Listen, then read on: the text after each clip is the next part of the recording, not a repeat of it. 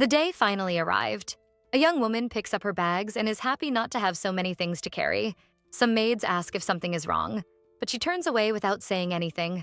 Later at the mansion, the Duke asks the maids if Claire has left. One of them replies yes and hands him a letter left by Claire.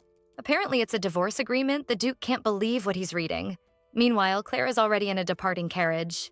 She looks out of the carriage, wondering, I wonder if he has finally the one he truly loves. At the same time, she realizes she's thinking of him again. Even after everything, it still feels like she met him yesterday. Some time ago at a banquet, some noblewomen comment on the arrival of Duke Ian. All admire his beauty as he passes by. Duke Ian Eater was considered an incredible and desirable man. The noblewomen commented that he achieved great accomplishments as a knight while very young. It's incredible that he managed to fulfill his duties as a royal knight and still command a dukedom. In a corner of the banquet, Claire listened to the noblewomen commenting on who would be able to steal his heart.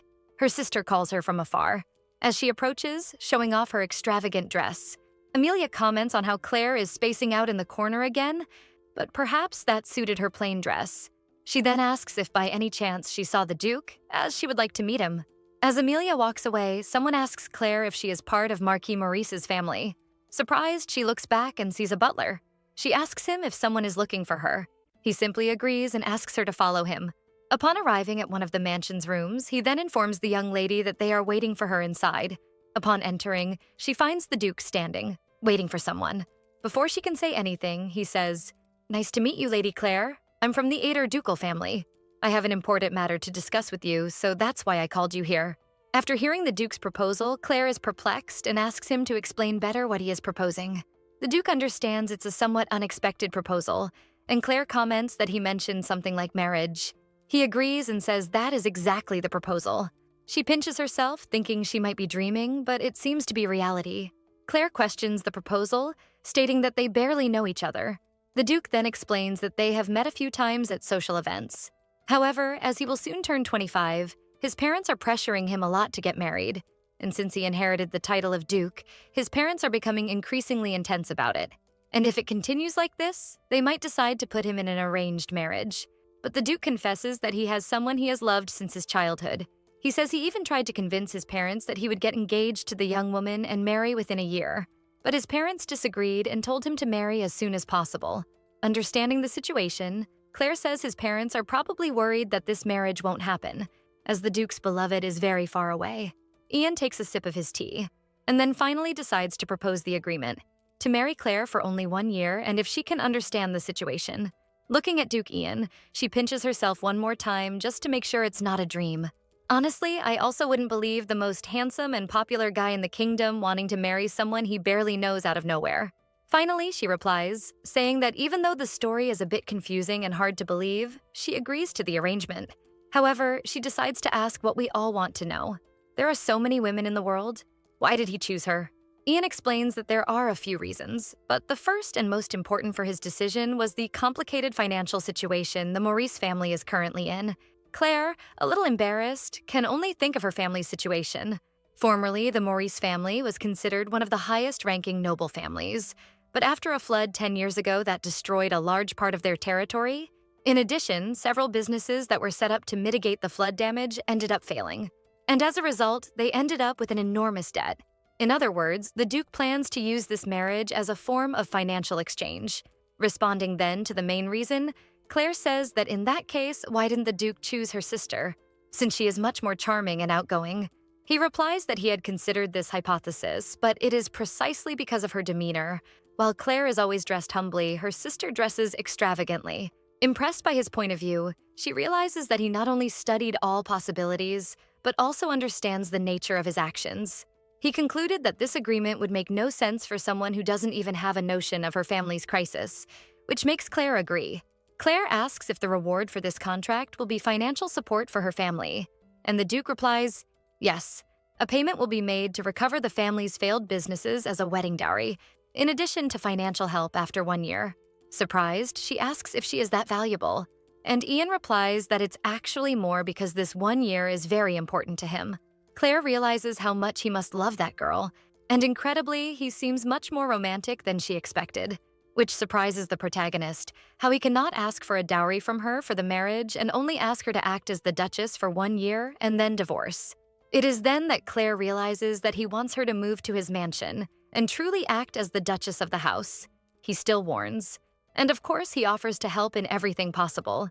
The Duke asks what Claire thinks of the agreement. After all, it's a good deal for her family.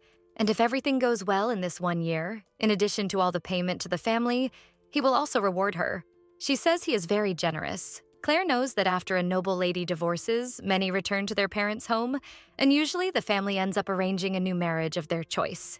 He further adds that if necessary, his family's influence can help arrange a good match for her, in addition to trying to avoid gossip in society so she can continue attending social events without shame. Claire comments that this is very generous of him. Ian comments that he knows the weight this will bring to her life, so this solution is the best he can do to help her. Claire replies that hearing him say that, it sounds very kind and sincere, but he agrees that a kind man would not make this kind of proposal.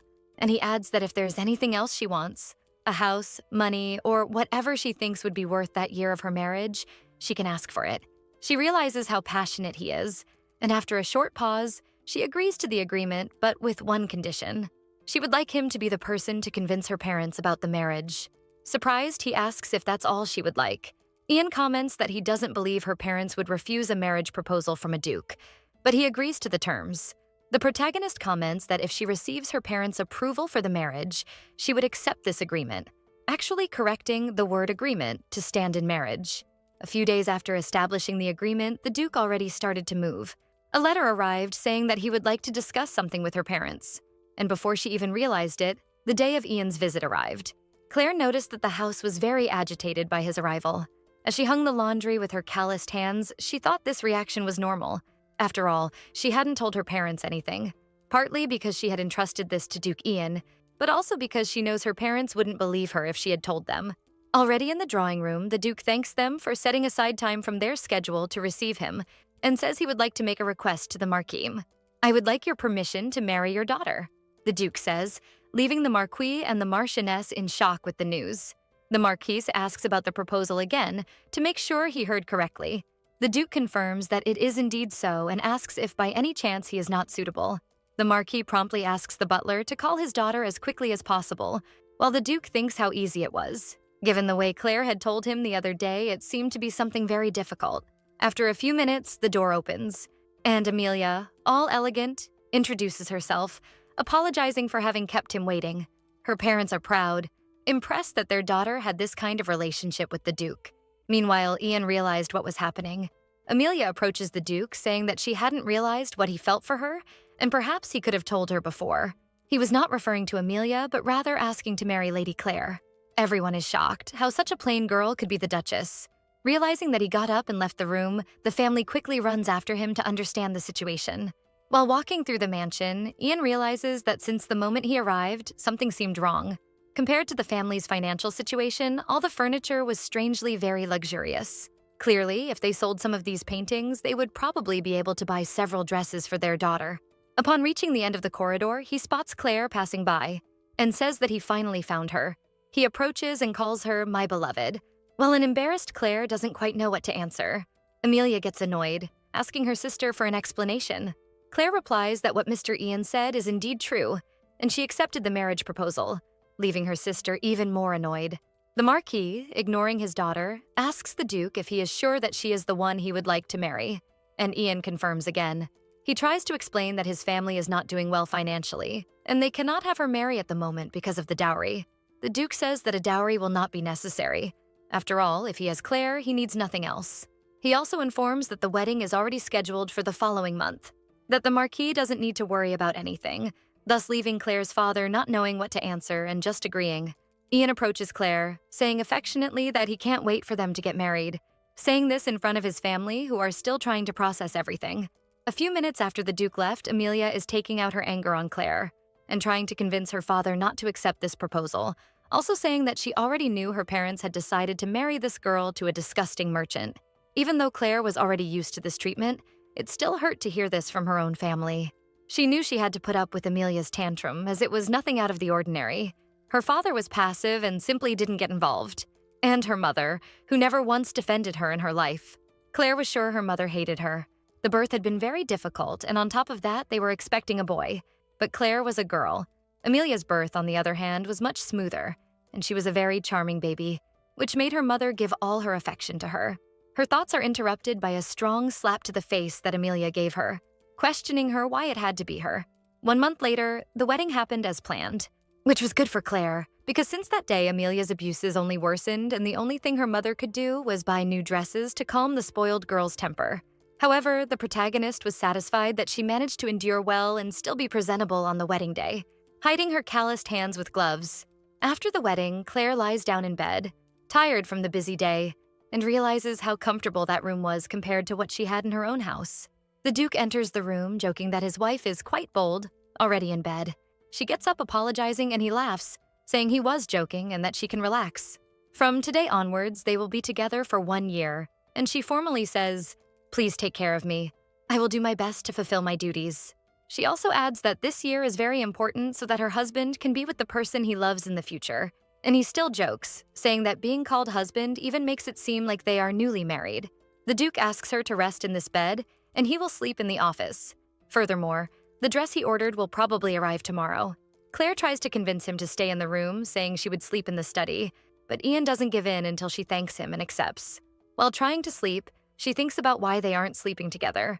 Probably because sleeping with the person you love must be very good, and she wonders if perhaps one day someone who likes her will appear.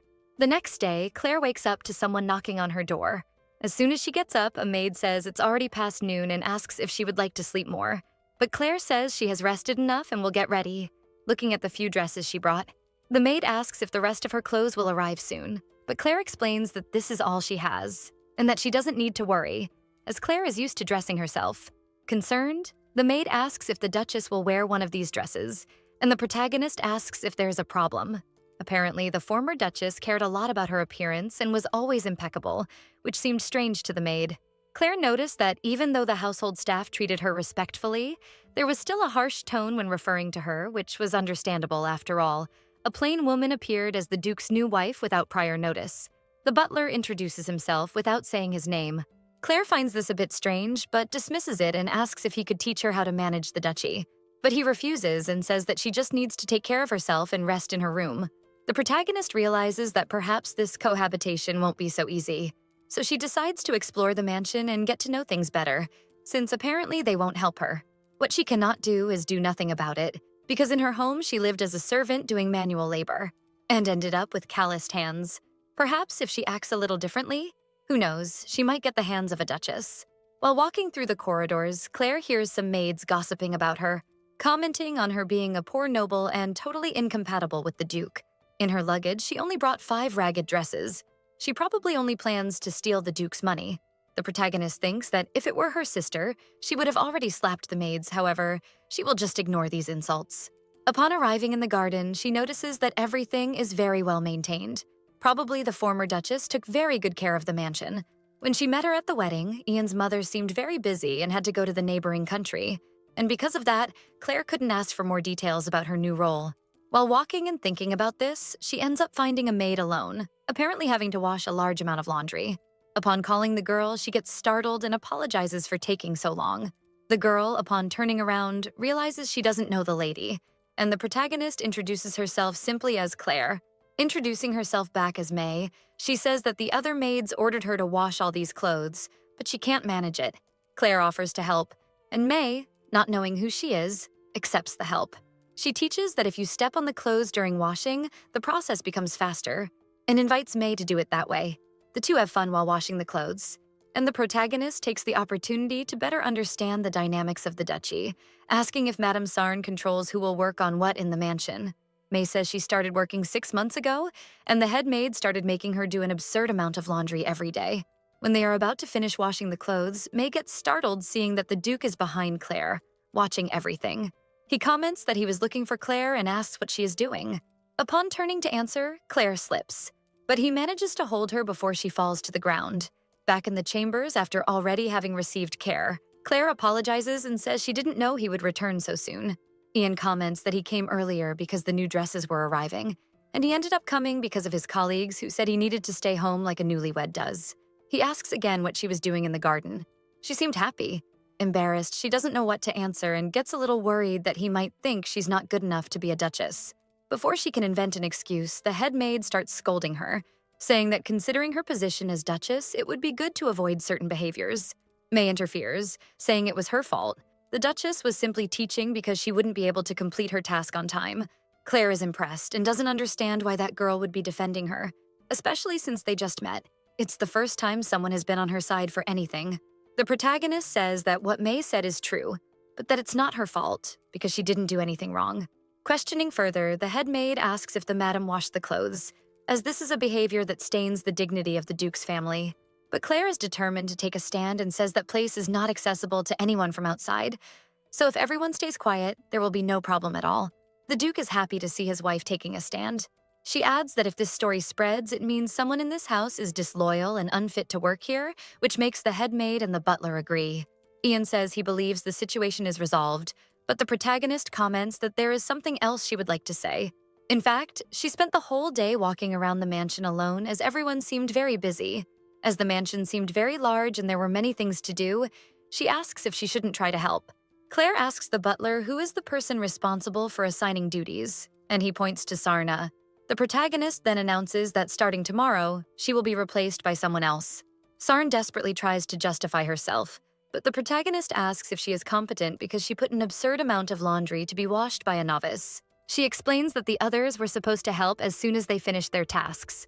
Claire then says she saw some maids cleaning the hall and they were just gossiping, showing no sign that they would help.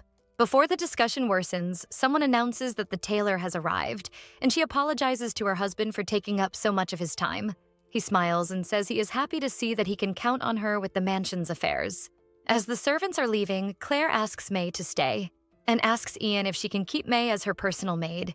He even suggests she choose a veteran, but she insists she feels more comfortable with May. Seeing Claire smiling at the decision, the Duke realizes that even though it has only been 3 days since the wedding, she has already shown that she is not passive and is also very different from what he imagined.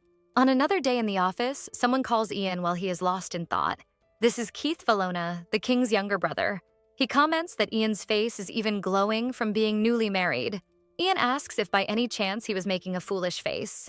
Keith, while sitting on the sofa, says yes and that he shouldn't, as it's just a 1-year marriage contract. But Ian explains that he is not in love. He just finds Claire more interesting than he imagined. Keith says she seemed very quiet on the wedding day. He guesses she was reading a book perhaps, but Ian says he looked for her all over the mansion because he couldn't find her anywhere.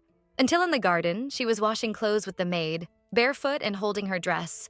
The two comment that they have never seen a noblewoman who would do that, while Ian laughs, finding her very impressive. He adds that she also removed Sarin from her position. His friend advises him to keep an eye on her so she doesn't run away, and Ian assures him that he will not allow anyone to mess with her. But she is much braver than he expected, which makes Keith interested in meeting this interesting young woman. Back at the mansion. On the day the dresses arrived, Ian explains that he bought some ready-made dresses for now, but the tailor will take her measurements. Ian asks his wife if she would like to have dinner with him to wear her new dress. She feels a little awkward about getting the dress dirty so quickly, but accepts. He waits while his wife changes, and ends up being able to hear the conversation of the two in the next room. Claire asks May to be very careful with the new dresses, especially because it's the first time that she received a new dress. Even though she comes from a marquis family, they were poor. So Claire always used pieces of her mother's and sister's old dresses to make something new for herself. That's why today she is very good at sewing. And the fact that the dress was just for her and brand new made her very happy. Hearing all this, the Duke realizes that she didn't show everything she was feeling when she received the gift. Sometimes it seems like she tries to hide her emotions a little. Poor guy. Only he doesn't realize he's already fallen for her. Ha ha ha. The next day, May apologizes to the Duchess because she bumped into someone and spilled lunch. Unfortunately, there is no other food prepared either. Claire tells her not to worry, since she ate a lot at lunch. She will probably just have tea instead of lunch. However, the protagonist knows very well that due to Sarni's dismissal yesterday, the lack of lunch today is probably some kind of retaliation, but she will not accept them doing this to May as well. Happy because she managed to bring everything, May asks which tea the lady would like. Claire notices that May's eyes are red. It probably wasn't easy for her to bring this tea. She then decides to ask if May would like to have tea with her. May hesitates for a moment but ends up accepting. Upon seeing her maid making tea, The protagonist remembers her childhood memories as a child, of the times she used to drink tea with her grandmother, the only person who ever truly cared about Claire. Insecure about her techniques, May asks if the tea is good, and the protagonist replies yes. Regardless of the taste, she is happy just because the tea was prepared especially for her. Claire is happy that May is such a sweet and kind girl, but she ends up realizing that May also hasn't eaten anything because of her. She suggests they both go for a walk to get a distraction. I didn't understand this suggestion either. It would have been easier to find something to eat, right? But okay. As they walk, Claire is worried about dirtying her new dress, and her maid tells her not to worry since they can wash it later. Very beautiful red roses catch the Duchess's attention, and she is impressed, because Ian's mother loved roses very much, and that's probably why they are so well cared for. Being surrounded by flowers makes Claire forget about herself for a bit, but the thorns of the roses remind her that she is just a substitute, nothing special. A few days later, the situation of missing meals only worsened, mainly because they took advantage of Ian constantly being busy working. Claire was trying to think about how she should react, as they probably wanted to make her give up interfering in the mansion's affairs. And telling her husband wouldn't solve the problem, as he would just fire the person responsible. Besides, constantly bothering her husband over every little thing will worsen other people's impressions of her. May is worried they won't be able to survive without food until they find a solution, and Claire apologizes for putting May in this situation, even though she said it wasn't the Duchess's fault, but her own choice. Breakfast time arrives, and the protagonist is grateful, as it's the time she will be able to eat. The plan is to eat enough to be fine until tomorrow morning, but Claire worries about May because she isn't eating anything. Noticing her hesitation to eat, Ian asks if there's something she didn't like. However, the protagonist is clever and asks if she could take the rest of the food to her room, as she can't eat much in the morning. Her husband agrees and asks the maids to take the food, but obviously Claire refuses and says she will carry it herself. As they walk to Claire's room, the Duke asks if she has already gotten used to the house. She says everything is fine and she especially loved the garden, but she's a bit worried because her husband seems to always be working late. Ian explains a bit awkwardly that when he's focused, he doesn't see time passing. While Claire thinks he doesn't need to appear so apologetic, after all, this is just a contract marriage. She asks him not to pressure himself so much and to rest more. Back in the room, Claire arrives with the bread to offer to May. Obviously, the maid refuses, but her hunger is greater, and the Duchess says she won't be able to eat everything by herself. May ends up accepting the bread. And as May eats the bread emotionally, Claire realizes that even though she is used to this kind of treatment, she needs to do something to help May. During the night, the protagonist comments that she is very hungry, and May apologizes for not being able to bring anything. She remembers that back at her family home, it wasn't rare for her to go a few days without food, all because of the harassment Amelia subjected her to. And since she wouldn't be able to endure long without eating, she secretly decided to cook at midnight. As soon as she remembers this, the protagonist gets excited to solve this problem. She explains to May that she will cook for them. Arriving in the kitchen, suspicious, May still doesn't believe that the madam knows how to cook. Claire reassures her by saying that she has cooked some things before, so she can make something for them now. At least they won't starve. Sometime later, the protagonist is already preparing the stew with some ingredients while May watches suspiciously. She comments that she is impressed that Claire really knows how to cook. And then the Duchess recounts that in her family home, because she went 3 days without eating, she ended up having to make something to survive. So she waited for everyone to sleep, took all the leftover ingredients, and started learning to cook while crying and thinking about what would happen to her if someone found out. May is shocked to learn what Claire went through in her old family and how impressive she is for fighting alone all this time, and comments that she feels ashamed, because after her mother died, she ended up resorting to her noble father, who never looked for her, in order to survive. And that's how she started working at the mansion. Claire says she understands May's fear of being alone and starving, but assures her that as long as they are together, May will eat every day, which is singing while cooking. May gets excited to know this side of her master and also to witness such a beautiful song. Claire comments that she just made up the lyrics to the song, and who knows, one day she might become a singer and live traveling the world. While May asks if the Duke wouldn't be sad if the Duchess left, she is surprised by him entering the kitchen. The protagonist gets scared and turns around to see what happened, but this time she doesn't fall. She just finds the Duke laughing at the scene. Feigning naturalness, she comments that he arrived early today, but inside she's wondering how he always arrives at the worst times. She apologizes for not having gone to greet him, and he asks what she is doing. Commenting that she was just cooking, Ian comments that he could tell by how happy she was. Even so, he questions if there's a cook in the house because she was cooking, and Claire explains that he wasn't present, so she decided to do it herself. The maid tries to lie, saying that they tried to stop her from cooking, but the madam insisted.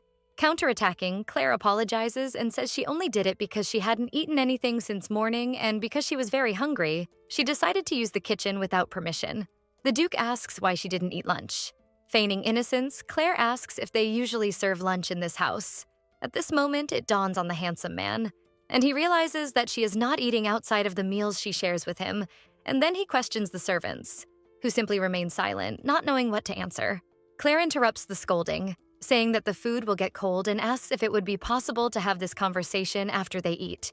While eating, the Duke tries to make a good comment about the food, but can only comment that the steak is thick. A little while later, he then comments that the soup tastes very good, but Claire doesn't believe him and says it's okay if he comments that it's tasteless.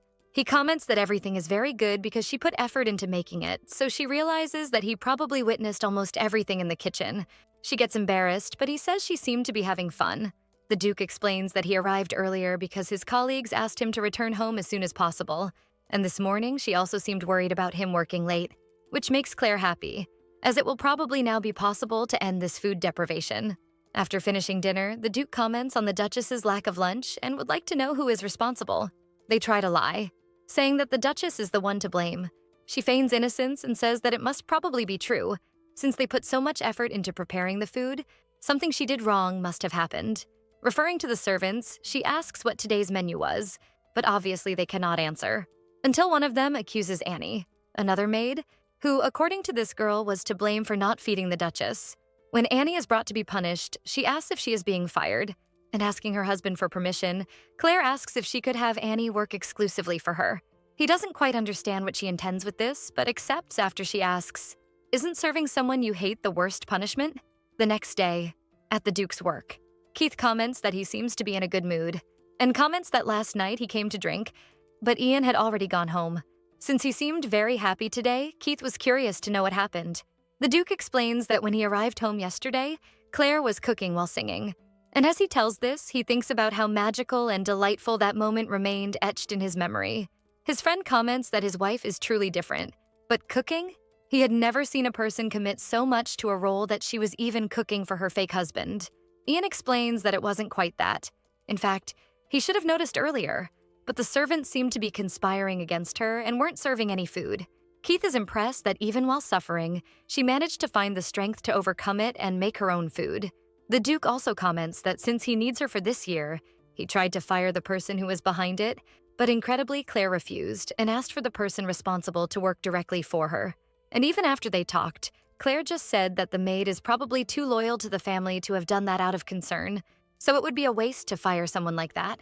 Your wife is truly fascinating, Keith comments while the Duke agrees, thinking that he initially found Claire a bit strange and he had only proposed marriage because she was the best candidate. But after they got married, his impression of her has been changing. She washes clothes with a smile on her face, cooks while singing. The only thing he can't understand is that sometimes she puts on a smile that makes it seem like she has just closed herself off from the world. Keith asks when he will introduce this incredible person to him and the others. Ian comments that since her dress has arrived, probably at the next banquet. As soon as he arrives home, Claire is there to greet him, looking like a true wife. The poor guy's heart won't be able to take it, folks. He's even speechless. But he recovers and informs her that he arrived early again, besides asking her if she could go to a banquet with him in 2 weeks. While holding his coat, she accepts the invitation and says it will be her first public duty as a wife. However, the truth is that Claire is quite nervous about it because it's an important social event with the other nobles.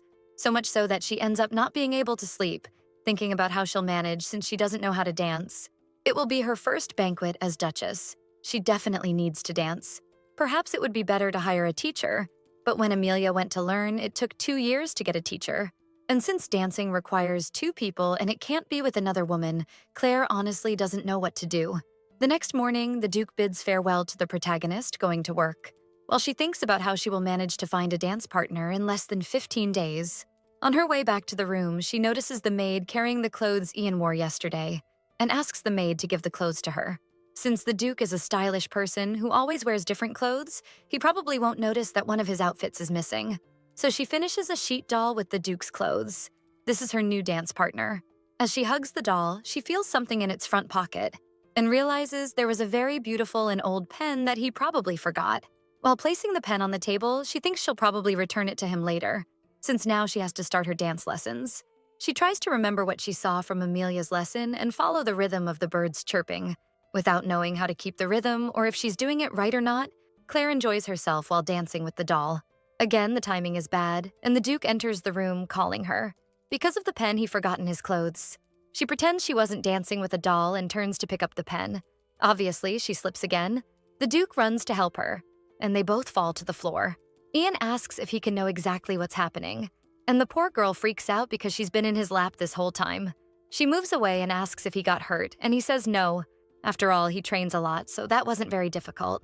The Duke explains that he came back because he had forgotten his pen. She explains that when she picked up the clothes, she found the pen and was going to return it to him at night. Embarrassed, she replies that since he invited her to the banquet, she was ashamed to say she had never danced before and decided to practice. The Duke is impressed to learn that even though she participated in several social events, Claire had never been invited to dance before, nor had she taken lessons at home.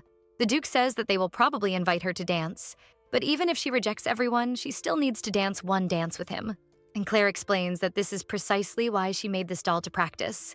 She gets worried because perhaps, knowing she doesn't know how to dance, her husband might want to cancel the contract. However, he stands up and says she doesn't need to worry about it, as he will teach her to dance. Claire worries about how he will manage to teach her, given that he is always so busy. He tells her not to worry, as they can practice an hour a day before breakfast. This is good because they already need to get in sync for the upcoming events of the year, promising then to start the lessons tomorrow. He thanks Claire for keeping his pen and says he will go back to work. After he leaves, she feels embarrassed that he saw her again in an awkward moment. Arguing with the dummy, she says it's his fault for making her feel this embarrassed. And as she hugs the dummy, she smells the Duke on the clothes while blushing. Later in Claire's room, she calls the maids to prepare tea in the garden so she can look at the roses. Annie, now working personally for Claire, is always very cold, but she does her job correctly. And it's even good that she doesn't get too attached to the house staff, as she will only be staying for a year. As the protagonist walks through the rose garden, she realizes how privileged she is to be able to drink tea in such a beautiful place. She remembers that she put her dance partner in the closet to avoid any problems with someone discovering it, but her thoughts are interrupted by a scream. Annie is reprimanding May for making the tea incorrectly. To try and defuse the situation, Claire asks May to go get some appetizers to eat with the tea. Leaving the two alone, Claire comments that Annie was a bit cruel, however. The maid tries to explain coldly why she acted that way. And finally, Claire understands that Annie acts cold, but clearly she was concerned with helping and teaching May, who was still a novice, and not because she wanted to mistreat her, but because she cares about her.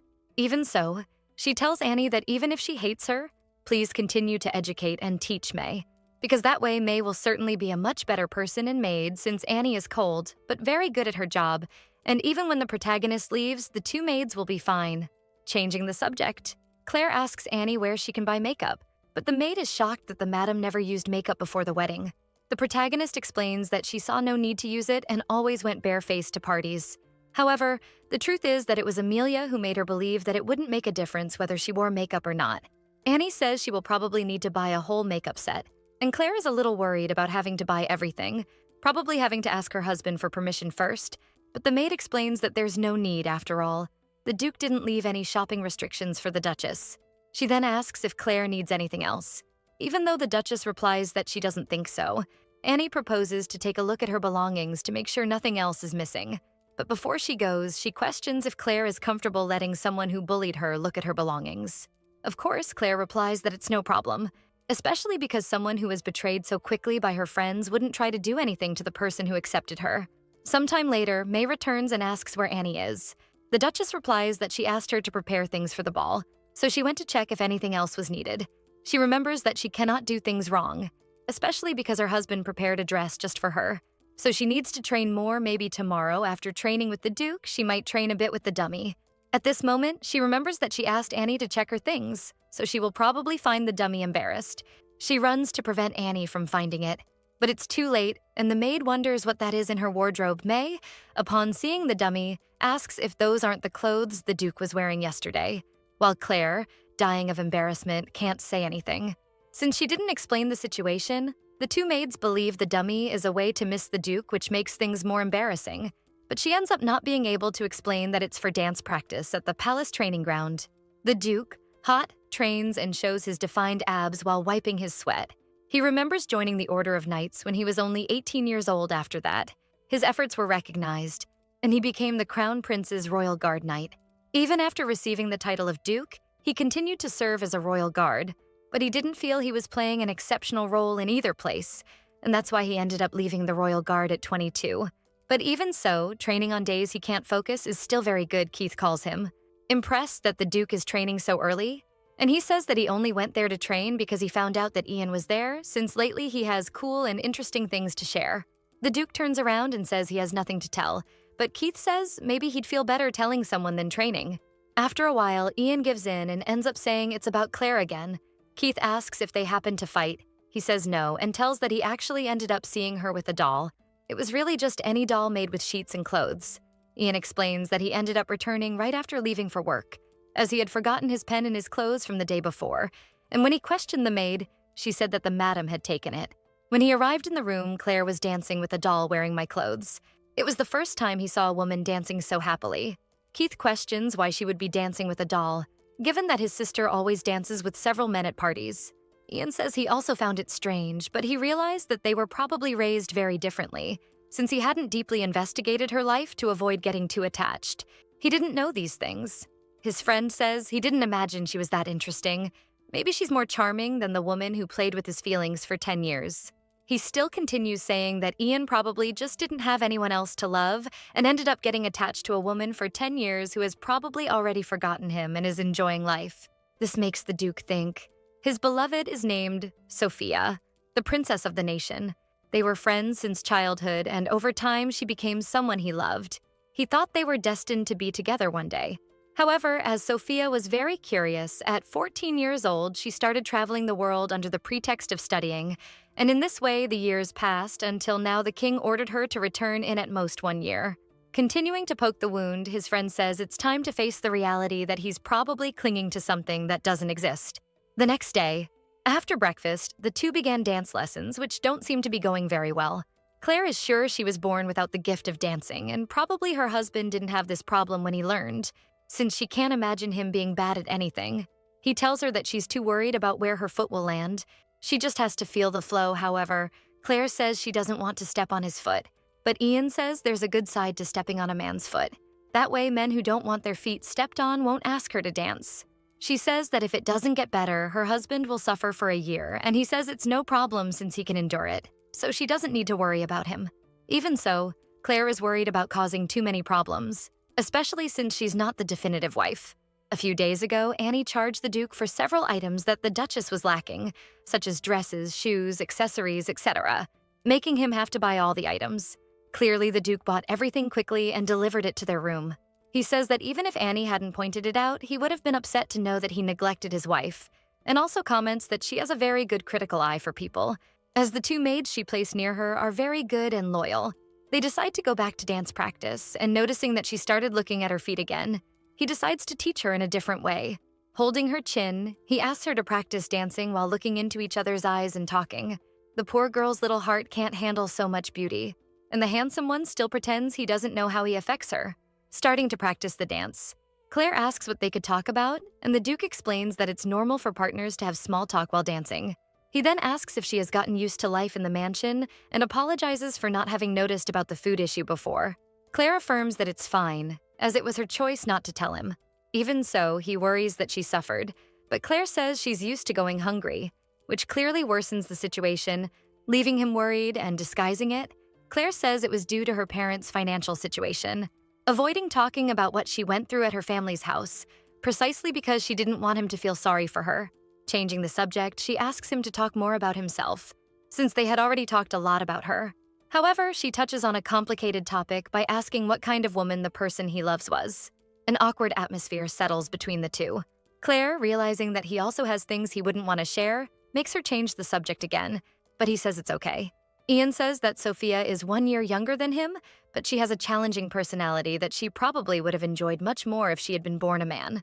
Due to his family's status and age, Ian was probably the only man good enough for her, which is why they have been engaged since childhood. Claire comments that they were probably a perfect match since they were little, and is impressed when he says he has been waiting 10 years for her. Upon questioning if that's strange, the Duke comments that, as his friend said, maybe he just hadn't found the right person until now. He's already falling for our protagonist, isn't he? Hey. Ending the subject, Ian apologizes for making her listen to such a silly story, and especially for involving her in it, even though these apologies sound strange after they are already married because of this. But Claire cuts him off before he finishes, saying that it was her choice. She ends up telling her story of not being raised with parental love, often going hungry, doing servants' chores, and other things. The Duke, astonished, asks if she went through all that alone and if her sister also went through it. The protagonist says that her sister was raised differently. She was the one their parents liked more, and everything was given to her, even when they couldn't afford it. That's why Claire explains that she never dreamed of a happy marriage, as she knew. That one day she would be sent to marry a greedy merchant or someone probably much older than her, as these were the only two options. But before she can finish the sentence, the blister on her foot starts to hurt. She ends up stumbling and falls into our dear Ian's lap. It's at this moment that Claire realizes her heart beats faster for him. She composes herself and finishes the story she started by saying, "I wasn't in a position to hope for a happy marriage. That's why no matter what anyone says, to me, you are a hero." These words hit him right in the heart. Without realizing it, he starts to blush. Claire gets worried, thinking he's unwell, even though he says he's fine. She panics and says she will call the doctor as soon as possible since his ears, face, and neck are red. Hiding his face, he tries to ask her to calm down, saying it's nothing. But it's too late because she runs off to find the doctor. After the doctor examines him, he confirms there's nothing wrong. He bids farewell to his wife and goes to work. Meanwhile, the crazy girl argues with the doll, now in new clothes changed by the maids, thinking the doll is a comfort, thinking her husband is hiding that he's tired. She sees the paperwork of things she needs to check for the mansion that were left by the butler and quickly returns to work. Sometime later, someone knocks on the bedroom door. She asks them to come in, wondering who it could be. The kitchen chef appears at the door holding something.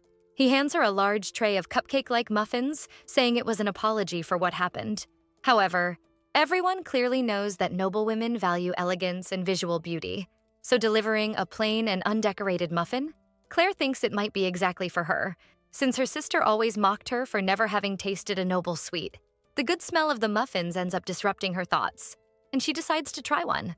To her surprise, they are extremely delicious, and she offers them to the two maids, telling them that the head chef made this whole batch as an apology. While May is impressed by the quantity and good smell, Annie is worried if it's okay for the young lady to accept this kind of gift, clearly sensing the bad intention behind a plain and inelegant sweet, but Claire says it's fine, as he has been preparing meals correctly since that day.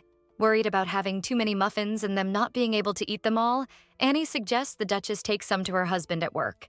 It will be a great excuse to visit him and check if he's okay, which makes Claire excited to go. Even worried about being a hindrance, she decides to go. Already in the carriage on the way, Claire starts to get a little nervous about going alone as she refused to bother her busy maids. She worries about how she will present herself to his co-workers so as not to appear to be just a temporary duchess. As soon as they arrive at the palace gate, the coachman replies that he will not wait for her and that she should inform the Duke to arrange another carriage. How presumptuous. Even before she can reply, the presumptuous man leaves. Claire approaches the guard at the gate to enter, asking for permission and informing him that she is from the Duchy of Eder and has something to deliver to her husband. Judging her out of the corner of his eye, the guard asks for her entry permit, but the protagonist had no idea that she would need something to enter.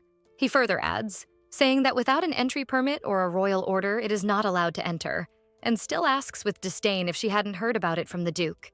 Claire explains that she came without warning and asks if by any chance the guard could deliver this basket to the Duke. But to her surprise, he refuses, saying that he cannot accept any item, especially for Duke Ian, since he receives gifts every day. The guards have been instructed to reject all of them. The guard comments that it's the first time a Duke's fan calls herself his wife. They have used pretexts like relatives, but wife is the first time. Claire replies that she really is the true wife, but the guard says that this can only be a joke. The Duchess of Eder is known for being incredibly dull and unremarkable. And you, miss, he continues, are very beautiful. Anyone can see that you are not like the rumors. The protagonist just smiles. After all, it seems that with the new clothes, she no longer looks so dull. However, if she doesn't find the Duke, she won't be able to leave. The carriage ride is 40 minutes. Walking back to the mansion is somewhat surreal. She then asks the guard if it would be a problem to wait for him there at the gate. He says no, but that it will probably be useless. Claire stays in the corner, standing and waiting. An hour and a half has passed since she arrived, but unfortunately, he still hasn't appeared. The guard is surprised that she is still waiting. He says he didn't expect that she would stay there so long. Even after he returned from his break and among the Duke's fans, she is being the most persistent. The guard explains that fans usually try hard, but since the Duke is in his honeymoon phase, maybe it's better to give up. He wouldn't betray so soon after marrying. And even if it's not possible now, maybe you'll have a chance in a while. To top it off, the guard continues talking nonsense and says that the Duke's marriage seems to be a contract marriage and that he will probably divorce in a year. Since the Duchess of Ader is known for being strange in high society, everyone found it strange when he chose her. That's why the rumors are that the Duke was blackmailed by Marquis Maurice to pay the family debt. After hearing all this, the poor thing is only relieved that the rumor isn't that the Duke hates her. Not satisfied, he still continues saying that everyone found it strange, because even though the Duke is a former knight, he never introduced his wife to others. Claire asks if that's strange, and the guard explains that it's a tradition. If a man loves his wife, he will want to show her to everyone. And he still says that if it were him, he would want to introduce her to all the guards who train with him since they are like family. Concluding, he says, it's probably a contract marriage, so he's embarrassed to let people see her. Oh, how pitiful. But the guard replies that she really acts like a duchess and that probably any knight would line up to escort her. She says that she doesn't know if she should be happy or sad to hear that. However, suddenly the guard changes his posture, becoming alert and greeting His Majesty Keith. Claire notices the prince's beautiful golden eyes and remembers that she had seen him somewhere before. The guard introduces the lady to the prince and realizes that he didn't know her name until now. Hesitantly, she replies that her name is Claire Maurice, or rather, after the marriage, it's now Claire Eder. The prince says that's why she seems so familiar while the guard is paralyzed in shock. He introduces himself as Keith, Ian's friend and the king's younger brother. The protagonist remembers that they met on the wedding day. She is surprised that he is there. After all, there is a gate only for royalty, and he comments that he came to see because he heard there was a woman saying she was Ian's wife at the gate. However, he didn't imagine it was actually his wife and asks if she forgot her entry permit. The protagonist says she seems to have forgotten, even though she had no idea she needed one. And the prince says he will take her to Ian, and that she doesn't need to worry about the past since this place is practically his home. The guard finally says something and asks if she really is the Duke's wife, which the prince confirms, and Claire feels a bit awkward. Quickly, the guard apologizes for being so inconvenient and saying a lot of things he shouldn't have. Claire says that most of what he said was true, and she also didn't have a pass, so he doesn't need to worry, and even offers a cupcake as a reward for him keeping her company during that time. The prince can't stop laughing at how unique Claire truly is, and she doesn't understand the reason for his laughter. She bids farewell to the guard and wishes him a good day at work. Already inside the palace, the prince comments that he can't believe he got to meet her before the banquet, and she replies that she was happy to meet him today, especially because he saved her from rotting away at the gate. The protagonist knows that the king's younger brother is one of the Duke's best friends, so she intends to maintain good terms with him. Her husband and the prince are the most promising young nobles in high society. Even someone like her, who doesn't listen to gossip, knows them.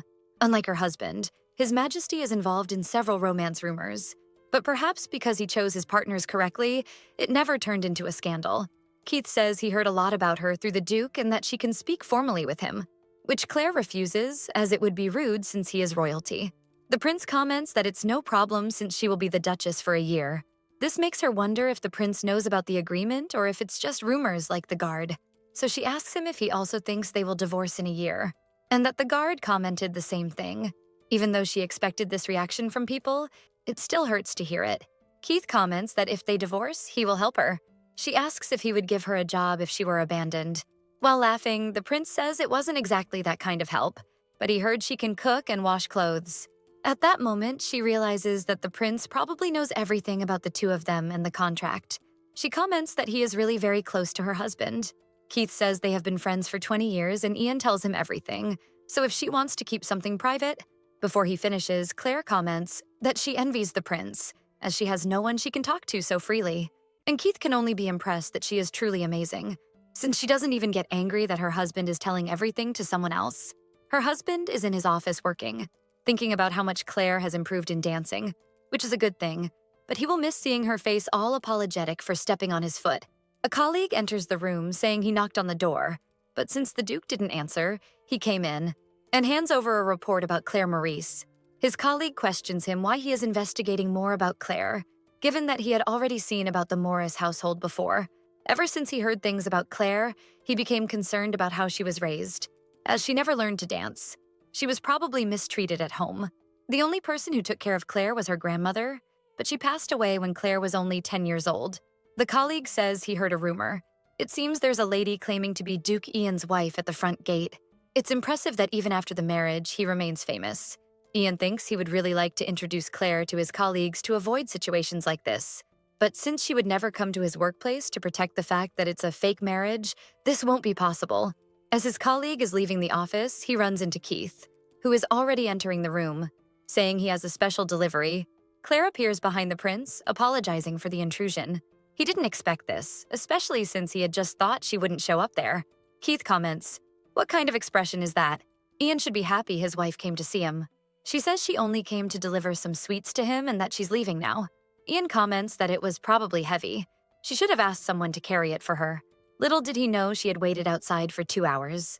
He thanks her, saying it was good because it's already time for everyone to take a break so they can eat. The colleague introduces himself, saying it's a pleasure to meet her. Claire returned the greeting and thanked him for taking care of her husband, which leaves both of them impressed by her beauty and elegance. Quickly, the colleague takes the basket from Ian's hand and says he will distribute it to the others. Taking the opportunity, he pulls the prince to go along, leaving the couple alone. Before they leave, Claire thanks His Highness for the help and says it was a pleasure to talk with him. Now alone in the room, the protagonist apologizes for showing up unannounced. Ian says it's no problem, as he wasn't that busy, and asks if it's true that she waited at the gate. He apologizes for not realizing she waited so long and says he will arrange an entry permit for her as soon as possible. Claire says it's all right, that thanks to the prince, she managed to deliver the sweets in the end. Seeing Claire try to explain why she came, Ian realizes something. That ever since they started practicing dancing, she has been showing various expressions. Unlike when they first met, when she was very shy and quiet, Claire comments that the cupcakes were very good. She had never eaten anything so good before. And Ian says that if she wants, he can ask for them to be made every day. However, she refuses, saying it's too much work and that she wouldn't even be able to eat all of it. The Duke says there's a sweets shop his mother really likes, and he would like to take Claire there to see it. He starts to imagine how good it will be to see Claire's expression light up seeing all those sweets and cakes. As he is lost in his thoughts, the protagonist starts to think that perhaps he is embarrassed to say he was busy, and worries if coming to his workplace was a problem. Since he is very kind, even if she asked, he would say it was no problem. He ends up interrupting her thoughts and asks if she would mind him introducing her to everyone. She says no, that it would be a pleasure to meet everyone. The Duke stands up and extends his hand to her, inviting her to go. In the room with all his colleagues, Ian introduces Claire to them as his wife, and she greets them and thanks everyone for taking such good care of her husband. Everyone is impressed. She looks nothing like the rumors. They thank her for bringing the sweets and say they were delicious. One of them comments that since the Duchess came all the way here to see her husband, they should spend some time together after work, and comments that Ian spent some time in the infirmary this morning, which worries Claire. Without thinking, she approaches him to check if he has a fever or something. When she realizes she ended up being a bit invasive, she quickly steps back and says she was just worried. Realizing they are being a third wheel, one of them says that since she came because she was worried about her husband, they should enjoy their time together. Ian, embarrassed, asks if she was really worried about him. Agreeing, Claire explains that it was because he didn't seem very well this morning. He then apologizes for making her worried and waiting to see him. Oh my god, just kiss already. That's exactly what everyone thought, ha ha ha. In the protagonist's head, she's imagining that he's only acting this way with her because they are in front of other people. As they head towards the palace exit, Claire comments that she enjoyed meeting Ian's colleagues. Everyone is very friendly. He asks where she left the carriage, and when she replies that the guy dropped her off and left, he becomes a little apprehensive after all. He always comes by horse, and everyone knows that. Claire tries to say that it probably wasn't the young man's intention. She changes the subject, asking where they are going, and Ian explains that he doesn't usually use the main gate. And then she comments that the gate guard said there are still many women who come trying to see him and bringing gifts. Ian pretends not to notice and says that next time he will make sure everyone knows she doesn't need an entry permit, which makes Claire happy because it means she can visit him again. Thus, she realizes how kind he is to her, even though it's just a temporary relationship. The feeling of happiness and relief is impressive. In the royal carriage, the protagonist asks if it's really no problem to use the royal carriage, and Ian assures her it's not, since the carriage belongs to his best friend. Putting that aside, she thanks him for arranging a carriage, since she had never ridden a horse before and was afraid. He says that if she wants, one day he can teach her. and comments that when they get home, he will talk to the servants because the coachman left her behind and also because of the cupcakes. However, Claire tells Ian to just report the incident and not to inflict drastic punishments on his servants for the sake of the future, while he insists on punishing them. She can only think that it's impressive how angry he gets for someone who is just a substitute wife. Upon arriving at the mansion, everyone is waiting, and Claire takes the initiative, asking for the person responsible for making the sweets today to be called. After the head chef arrives, she then asks if he has any idea why he was called. He tries to apologize, saying he believes she liked simple sweets and therefore prepared them without meaning anything bad, but she hadn't even commented anything. Claire wonders why he went to all the trouble to make a plain sweet when he is clearly feeling guilty. Does he like to belittle her that much? Or is it just a reason to ally with others by having a common enemy? Then the Duchess says he is mistaken after all. She called him to thank him, but before he could process what she said, he already starts apologizing, until he realizes what she actually said. Claire explains that the sweets were appreciated by everyone, and she believes that's why he made so many, so she could share them with others, right? Besides, the fact that they had no frosting made it easier for everyone to eat during work, and it even makes the Duke himself agree with her. She asks what the Duke could do to reward the head chef, and he comments that in the Eater family, a salary bonus is usually given for any good deed. Claire thanks the chef and tells him to continue setting an example for others. While grabbing the Duke's arm, she says he should rest so he doesn't get another fever. I no longer know if she is pretending or really flirting with him. Inside the mansion, the Duke seems satisfied with something, and Claire asks what happened. He says he didn't expect her to praise the head chef that way. Her actions always surprise him. However, he wants to understand why she decided to do that in front of everyone, even knowing that the head chef's intentions were bad. The Duchess explains that she only rewarded him for the result of the sweets and not for the intention behind making them, which worries her husband because sometimes Claire says things as if it doesn't concern you. He adds that even though he asked her to play the role of Duchess, he doesn't want her to suffer, and if for any reason she is in trouble, she should let him know as soon as possible. Happily, she agrees and says he should rest, as that's why they returned home early. Before she leaves, Ian calls her to hand her a jar, explaining that it's a cream for calloused hands. He informs her that he brought enough for her to use for a long time, and says he will take a bath to rest as she requested. In the other room, the maids ask what Claire is looking at so lovingly. She explains that it's a hand cream that her husband gave her. Claire knows that her calloused hands are a problem, especially since it's not normal for a duchess. He was probably worried about it, and that's why he bought so much cream, while May says he probably loves the Duchess very much. For the protagonist, receiving this cream is like showing that he cares about her and wants her to perform her role as Duchess in the best possible way. She then convinces her two maids to help her apply the cream every day, because that way they will also be applying it to their own hands. Since she cares about their hands just as her husband cares about hers, that's why she insists that both of them apply it every day. Even after trying to refuse a few times, they realize that the Duchess will not change her mind and decide to just give in and help the protagonist apply the cream, besides saying that from now on either Annie or May will accompany the Duchess outside the mansion so that what happened today doesn't repeat itself. Annie also tells Claire that she should wear the party shoes a few times a day, thus making them more comfortable for the day. May comments that the two of them will probably look beautiful dancing together. That said, Annie advises the Duchess that now that she is taking care of her hands, it might be important to start taking care of her whole body. Claire refuses, saying it's too much for her to do, and perhaps it would be better to only use it on the day of the banquet. But Annie explains that beauty is not made in a day, and so she just has to trust that in the end, she will have an incredible result.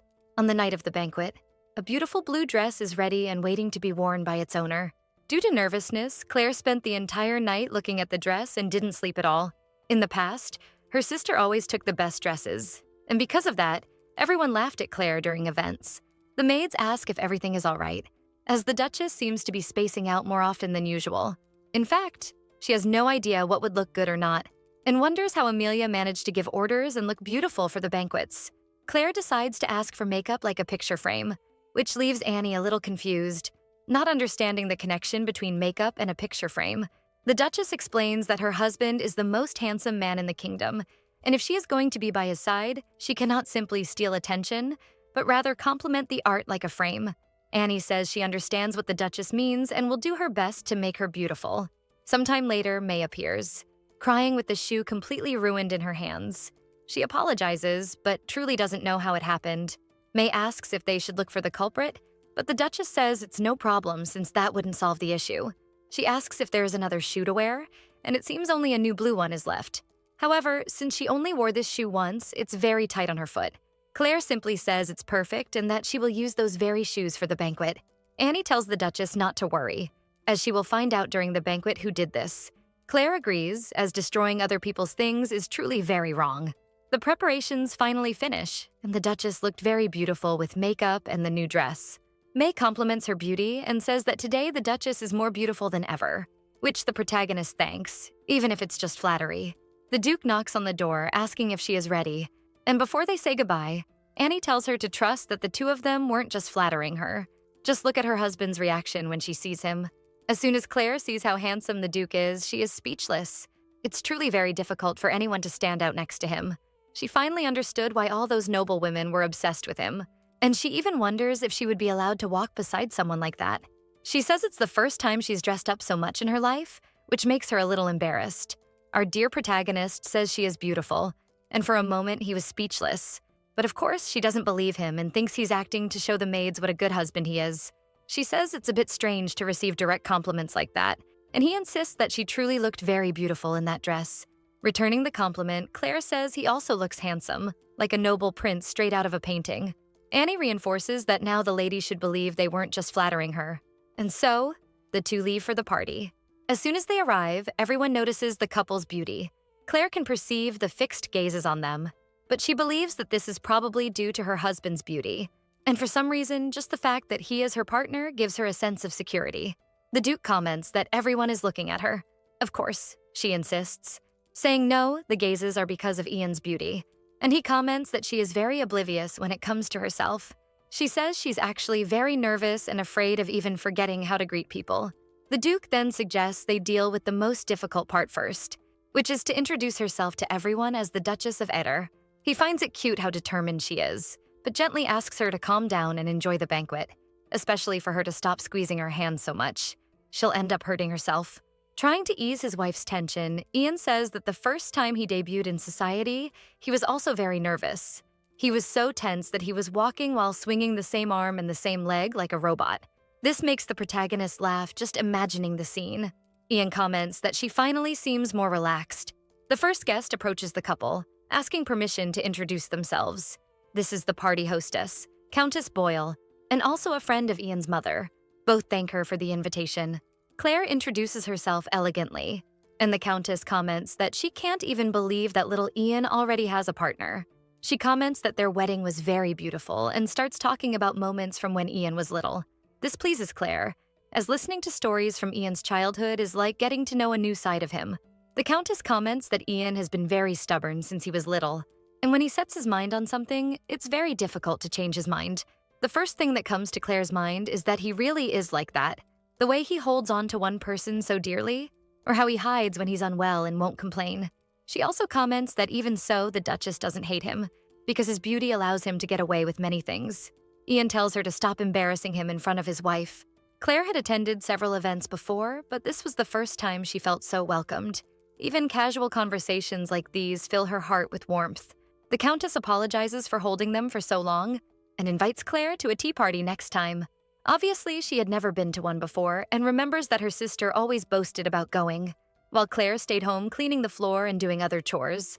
However, she wonders what they usually talk about at tea parties, probably love stories. Ian notices she is distracted and asks if everything is all right. She says yes. She's just struggling to stay calm and keep her heart inside her chest, and that just being by the Duke's side attracts a lot of attention. The Countess says that Ian has indeed always attracted attention wherever he went. However, she comments that Claire is not losing anything by his side. Everyone is really looking at them both.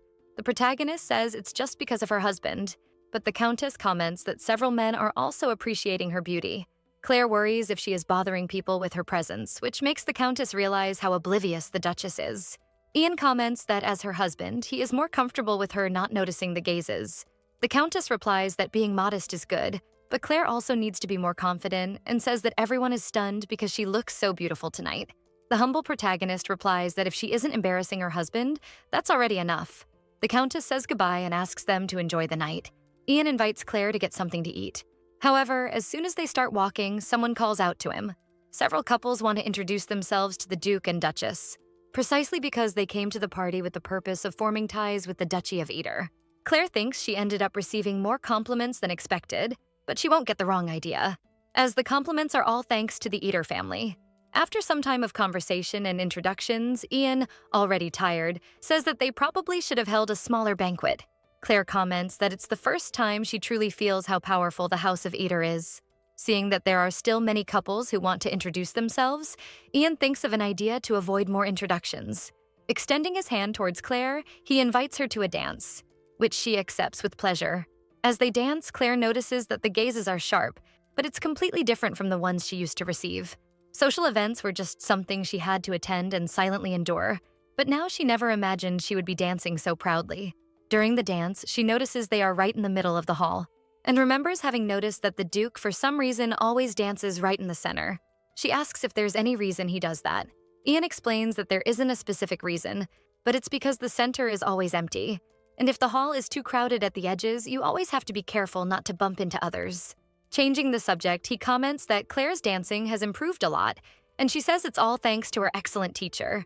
Smiling, Claire can only think about how all of this seems like a dream. If she didn't know he has someone he loves, she probably would have been swept away like the other young ladies.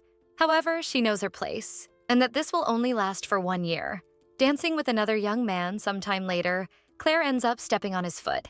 He asks if she isn't very good at dancing, which leaves her a bit embarrassed. After all, after she tried dancing with other men, it wasn't working out.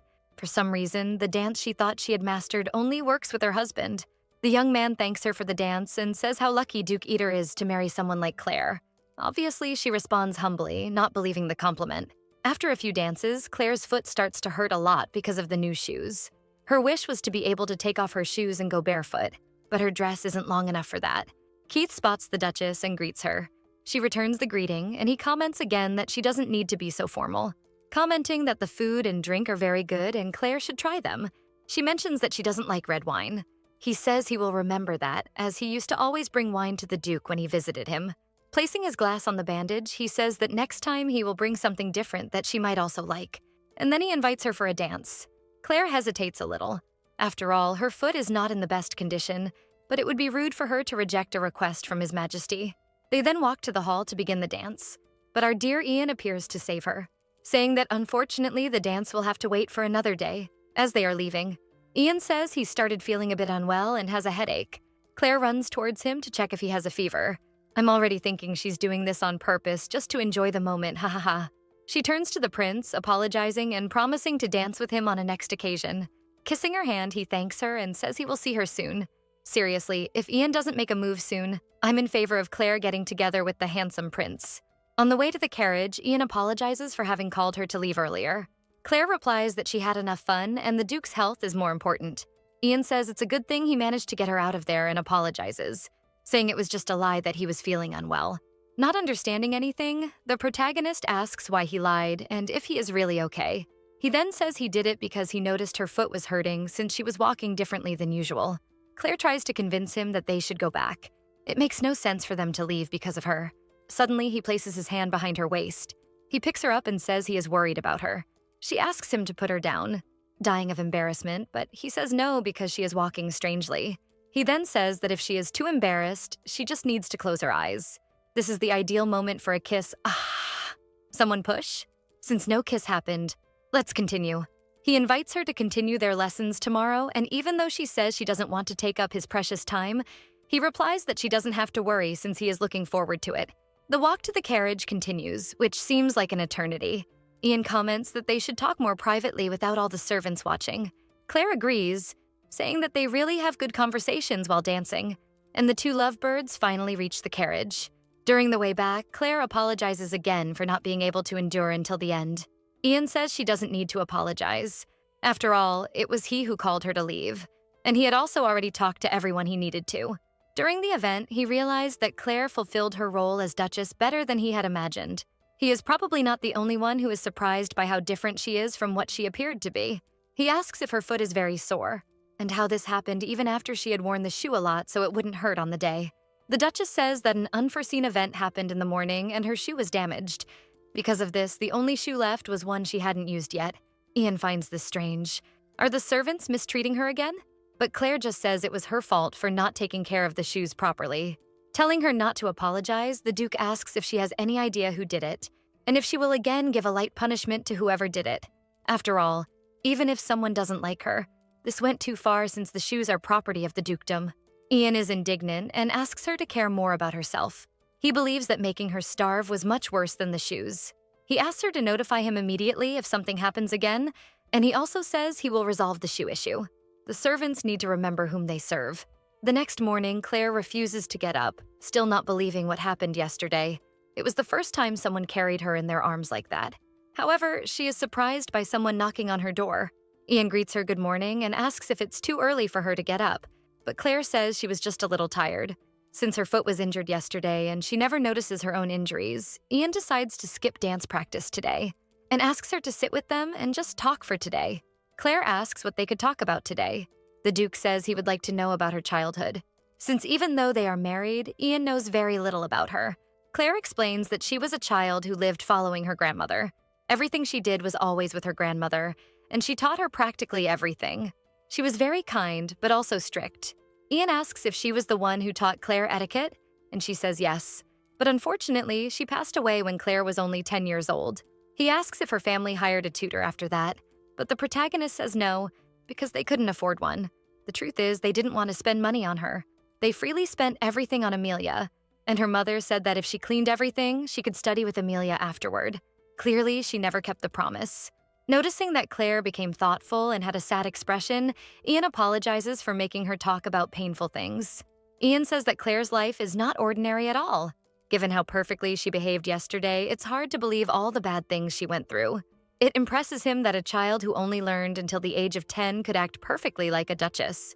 She becomes embarrassed and doesn't know what to answer. She just says she never received so many compliments before. Her husband says she should just accept the compliments and that it's okay to be happy about being praised. The protagonist stands up and says she has a phrase from her grandmother that always stuck with her. Learning is not just about waiting, but about stealing. Claire explains that when she was a child, she didn't quite understand what that phrase meant.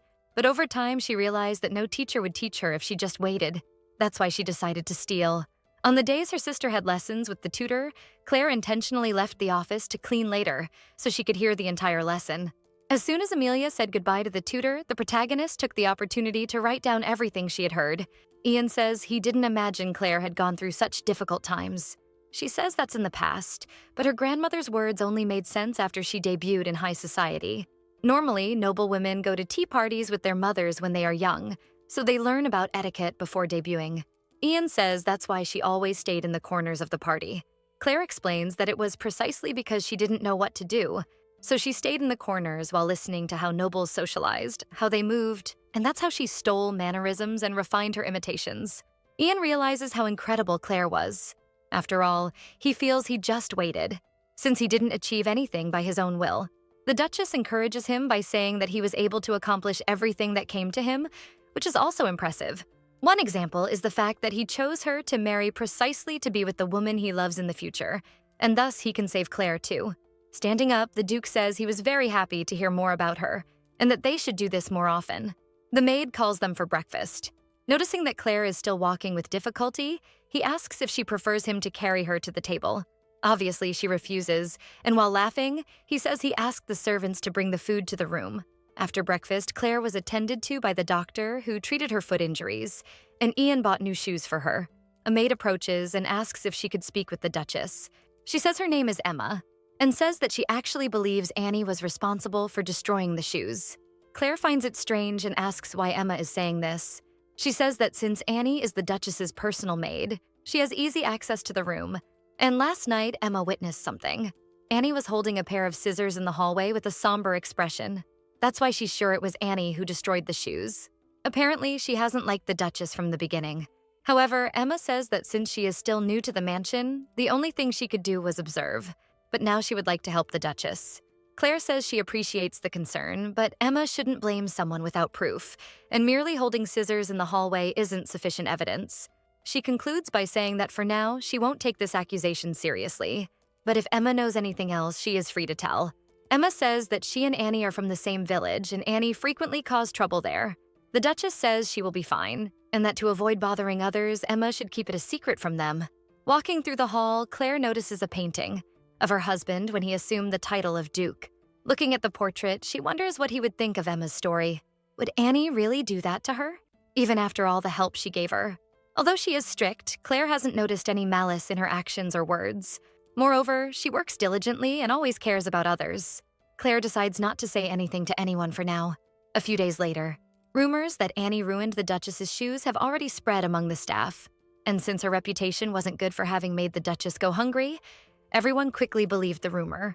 Furthermore, they didn't miss the opportunity to offend the Duchess, saying she was probably Annie's puppet.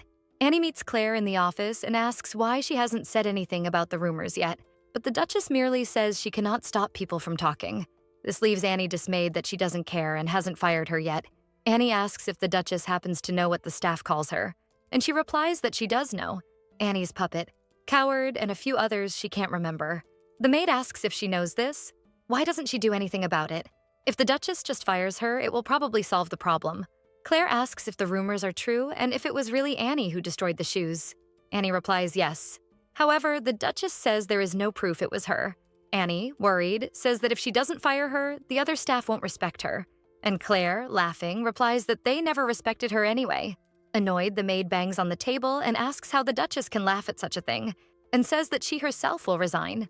The protagonist notices that Annie is acting differently today. Normally, she talks while looking into her eyes, but today she can't. The Duchess replies to Annie, saying she cannot resign because her current role is a punishment for what she did previously. But for her not to worry, if it really was her who ruined the shoes, she will be punished. So the Duchess asks her to wait until there is proof. Annie says she will wait a bit, but if nothing happens, she will go to the Duke herself and confess. Claire asks if Annie knows the new maid named Emma and if the two are close. Annie explains that they only lived in the same village but are not close. The Duchess then asks Annie to call her. Something isn't right. Would Annie really do something like that? She remembers that she is checking the invitations that had arrived for the Eater household. Since the day of the banquet, several tea party invitations have started arriving, and as Duchess, even if only for a year, she should participate. Emma arrives at the office and asks if there's anything the Duchess needs. Getting straight to the point, the Duchess asks if it was Annie who spread the rumors. She says she just wanted to help and went to ask others if they knew anything, and then apologizes for it. Emma asks the Duchess to give her another chance and allow her to stay by her side, then she will get the proof against Annie. Claire realizes how desperate she is. Normally, being the lady of the house's personal maid is an honor, but in the Eater household, it's a bit different, and she will probably be ridiculed by others. The Duchess decides to accept to better understand Emma's intentions and says it would be good to have one more person to help. Later, the Duke asks if Claire is really going to put Emma to work directly for her, and if the rumors aren't spreading too much. Embarrassed that Ian found out what they were saying about her, she tries to change the subject. Ian says he will trust her because she probably has a plan to make Emma her personal maid. He asks if she really trusts Annie, and Claire says yes. After all, if Annie really hated her, she wouldn't destroy the shoes in that way. Since last time she managed to make the Duchess go without food without the Duke noticing, she wouldn't do something so sloppy. Ian suggests that perhaps they should take another look at the shoes to see if they find any clues. Upon arriving at the closet, they come across May. She is rummaging through all the ruined shoes while crying. When Claire asks what she is doing, May explains that she couldn't believe Annie did it, so she is trying to investigate. Since Annie always took care of the madam, even if she was strict, there's no way she would do something like that. Even believing in her innocence after looking at the shoes again, May says she couldn't find anything. Claire thanks her for trying to help and tells her not to worry, as they will find the culprit soon. After that, all the insecurity Claire had about Annie passed. If even May trusts Annie, the madam will do the same. The Duchess notices that May's hands are very red. She says they were normal yesterday, but today they started to itch and turn red. Ian asks to examine May's hands, and apparently it doesn't seem like a simple case of flaking due to dryness. He believes it would be good for a doctor to evaluate it. After the doctor arrives and evaluates it, he informs them it's hives, which usually happens from touching plants or insects that cause it. May says she hasn't had contact with anything like that, but the doctor assures her it's not dangerous. She just needs to apply a medication that will make it better. After the doctor leaves, they start thinking about why May got hives. She confirms that she stayed in the closet all night looking at the shoes, so there's no way she could have touched plants or insects. Ian says that maybe the shoes have something to do with it. He puts on a glove and inspects the shoes again. However, after running his hand over the shoe a few times, the glove starts to turn yellow. He He wonders what this yellow liquid could be and if it is really the cause of the hives. After making a worried expression, Ian says he's happy Claire never wore the shoes because someone wanted to hurt her on purpose. May questions if this isn't strange. If they put the yellow liquid on the shoe, why did they destroy it right after, making the madam not use them? Probably two people are involved. One who put the liquid and another who destroyed the shoe. Perhaps it's time to be a little stricter with the staff since they've reached the point of putting something to hurt her. Ian wants to call the staff and find the real culprit so things don't get worse. But Claire says she has a plan, so he should trust her. That soon they will know who is plotting this and teach them a lesson in front of everyone. After that, Emma began her work as a personal maid, and every day she blamed Annie or May for items that disappeared from the Duchess and appeared in the belongings of the two. Because of this, the Duchess pretended to favor her on purpose to see if Annie or she would do something. But nothing happened. And Annie didn't reprimand Emma even when she did things wrong. As usual, Emma reported that one of the lipsticks had gone missing today, and she already accused Annie or May of stealing again. Claire just says it's no problem since the lack of a lipstick won't make a difference. Emma, indignant, says that the Duchess cannot tolerate the two because they are stealing, but Claire says they are just small items that are not worth the stress. However, if, for example, the sapphire necklace she wore the other day went missing, then it wouldn't be so easy to let it go. Hearing this, Emma gives a little smile as if she's about to cause trouble. During breakfast, the Duke asks if Claire will go to an afternoon tea this afternoon. She says yes, that she wants to start gradually to get used to it. And Ian says that in the future she can host her own tea party here at the mansion. Since his mother used to hold several gatherings in the garden to show off her splendid roses, he says that if she wants, he can help Claire practice some conversations beforehand. And he would even call Keith to participate in the practice as well. She realizes that lately they are much closer, and he constantly initiates pleasant conversations during meals, which makes her spend much more time in the dining room than she used to at her parents' house. Someone ends up interrupting their coffee as they run into the room. Shouting, Emma says she has a big problem. The sapphire necklace is gone. In the room, Claire checks that the necklace is indeed gone and asks if anyone happens to remember touching it last. Emma turns to Ian and asks him to allow this to be investigated as quickly as possible. He says it's fine, but that they will be the first to be investigated, as they have more contact with the item. Annie and May agree to the search. After searching Emma and May's room, nothing was found, but as soon as they arrived at Annie's room, upon opening the closet, the necklace was inside. At that very moment, Emma immediately started insulting Annie, saying she deserved to be arrested for stealing the Duchess's belongings. Annie merely agrees and says it was her and that she would accept any punishment, in addition to stating again that she was the one who ruined the shoes. Claire says she is disappointed since they were friends. However, as a last act for their friendship, the protagonist says she has an antidote in her hands. Since things kept disappearing, she put a poison on the necklace to catch the culprit. As it is a slow-acting poison absorbed through the skin, there is still time to take the antidote. However, Annie doesn't need to worry, as Claire set aside a single antidote in case she touched the necklace. Before Annie drinks the antidote, Emma becomes desperate. She takes the antidote from Annie's hand and drinks it without hesitation. Seeing the scene, the Duchess asks Emma to explain such behavior. She says that last night she was worried and touched the necklace, but the excuse won't hold up given her current attitude. Shouting, she says she didn't steal it. After all, the necklace was found among Annie's belongings. Claire calmly tells Emma not to worry. After all, if it was someone else, the symptoms of the poison will start to appear and they will discover the culprit. Annie tells Emma that perhaps it's better to give up and surrender since she lost. Annie tells the Duchess that there's no point in waiting, because even if a lot of time passes, she won't show any symptoms since she didn't touch the necklace. Claire then asks Emma to tell what really happened. She finally admits that she was the one who took the necklace, as Annie was acting superior for being the personal maid, and she couldn't stand the situation anymore. The Duchess then asks Emma one more thing: why her hands are red and inflamed. What happened? Emma starts to think of an excuse. But before she can speak, Claire holds her hand and says it's hives caused by a liquid that was put on the ruined shoes, and Emma's hands had been red from the beginning. Trembling all over, she insists on saying that Annie is to blame for her doing these things.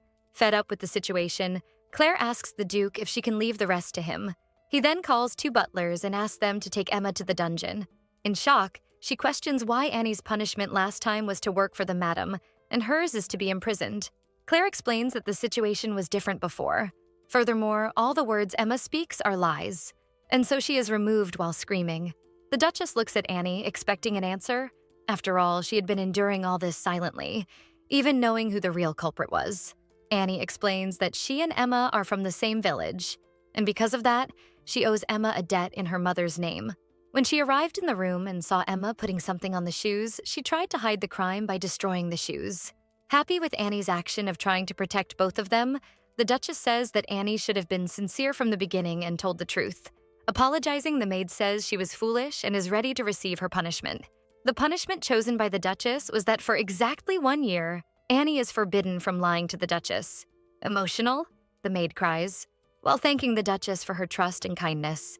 May questions how the young lady managed to buy poison to put on the necklace, and it is then that the Duchess reveals that there was never any poison, and she is impressed by how accurate the madam was. Later, in the Duke's office, Annie came to apologize.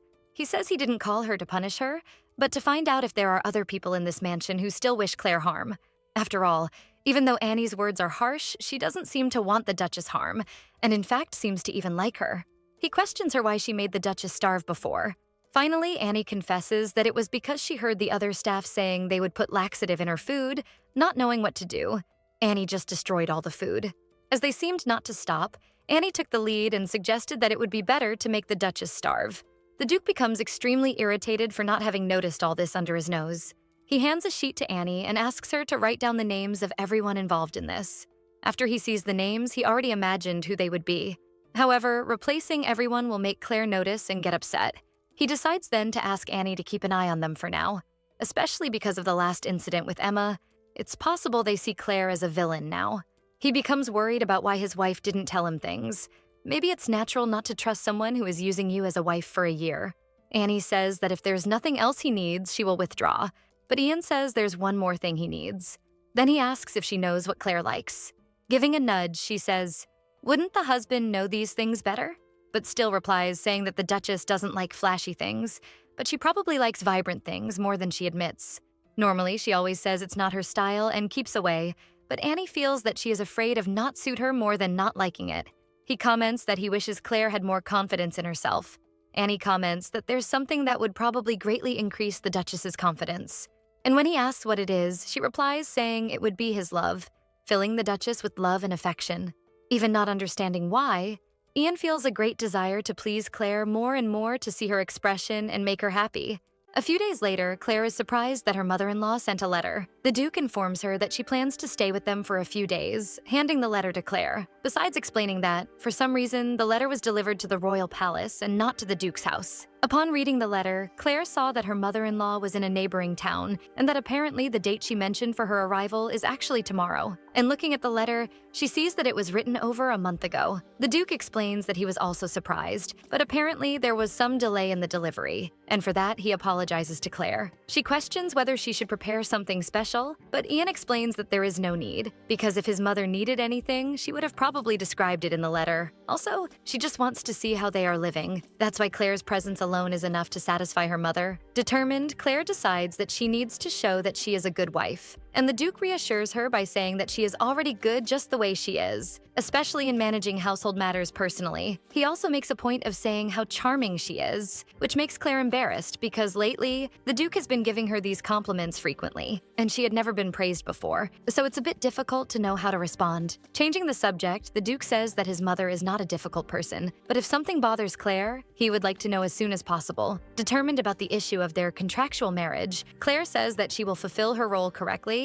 and that they need to show the Duke's mother that they are a close couple. And in fact, what she is most concerned about is how the household servants treat her. Although this is improved after the incident with Emma, it is still a worrying issue. However, there is something that worries Claire a little more at this moment. She calls her husband and says she has a suggestion, which intrigues him, but embarrassed, she hesitates to tell him what she is really thinking. The Duke insists again on wanting to know what she has to suggest. And finally, Claire says that they should sleep in the same bed starting today, which surprises the Duke because he did not expect such a direct suggestion. Claire explains that, in fact, since her mother-in-law is coming, they need to try to avoid any suspicion she might have about their marriage. And this way, it will also be easier for them to communicate with each other because they will be sharing the same bed. Seeing that there is not much response, Claire questions whether this would be too difficult. Embarrassed, the Duke asks if she is really okay with sharing the bed with him, to which she innocently replies that yes, since she doesn't have many nighttime habits. And the Duke realizes that perhaps he was the only one having impure thoughts. Noticing that the Duke did not like the idea very much,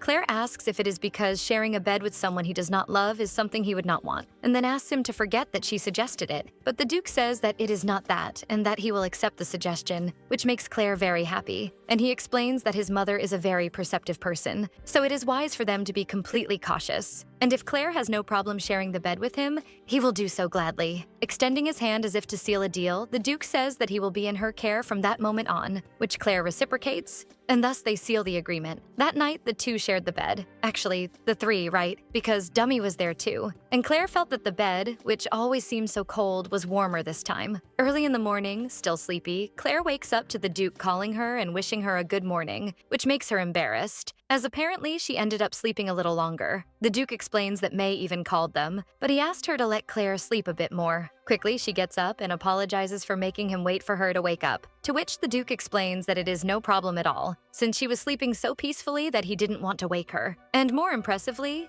he never imagined that she slept with Dummy. Embarrassed, Claire realizes that she might have ended up sleeping with Dummy all night, when the only intention was for him to be a barrier to protect her from her husband. Yawning, the Duke says that she probably felt very comfortable, and seeing this, Claire asks if he didn't sleep very well, to which the Duke says yes, he slept well, but of course he didn't, because he has dark circles under his eyes. She becomes worried that maybe she moved too much during the night and ended up interrupting his sleep, so she needs to be more careful so that this doesn't happen. Obviously, this is not the truth. The Duke was just embarrassed to be sharing the bed with her. As soon as her mother-in-law arrives, she greets Claire and says she is very happy to see her again, which makes Claire quite happy, and she thanks her for the visit. When her mother-in-law asks where Ian is, Claire explains that he has already left for work. Then, the lady apologizes for not being able to attend their wedding, as she had another wedding to attend on the same day, and Claire imagined that this was probably planned by the Duke to avoid any risk of her suspecting something. Worried that her mother-in-law came alone, Claire questions whether her father-in-law wouldn't come along, but she explains that he was very busy, so she came ahead, since if she waited for him to finish work, it might not even be possible for her to meet her daughter-in-law, but she will definitely bring him next time. As the servants begin to take items from the carriage, the Duke's mother already orders them to take them to the room at the end of the hallway on the second floor and another box to take to the guest room, also asking if, by any chance, Claire would be free today, which obviously she has no plans,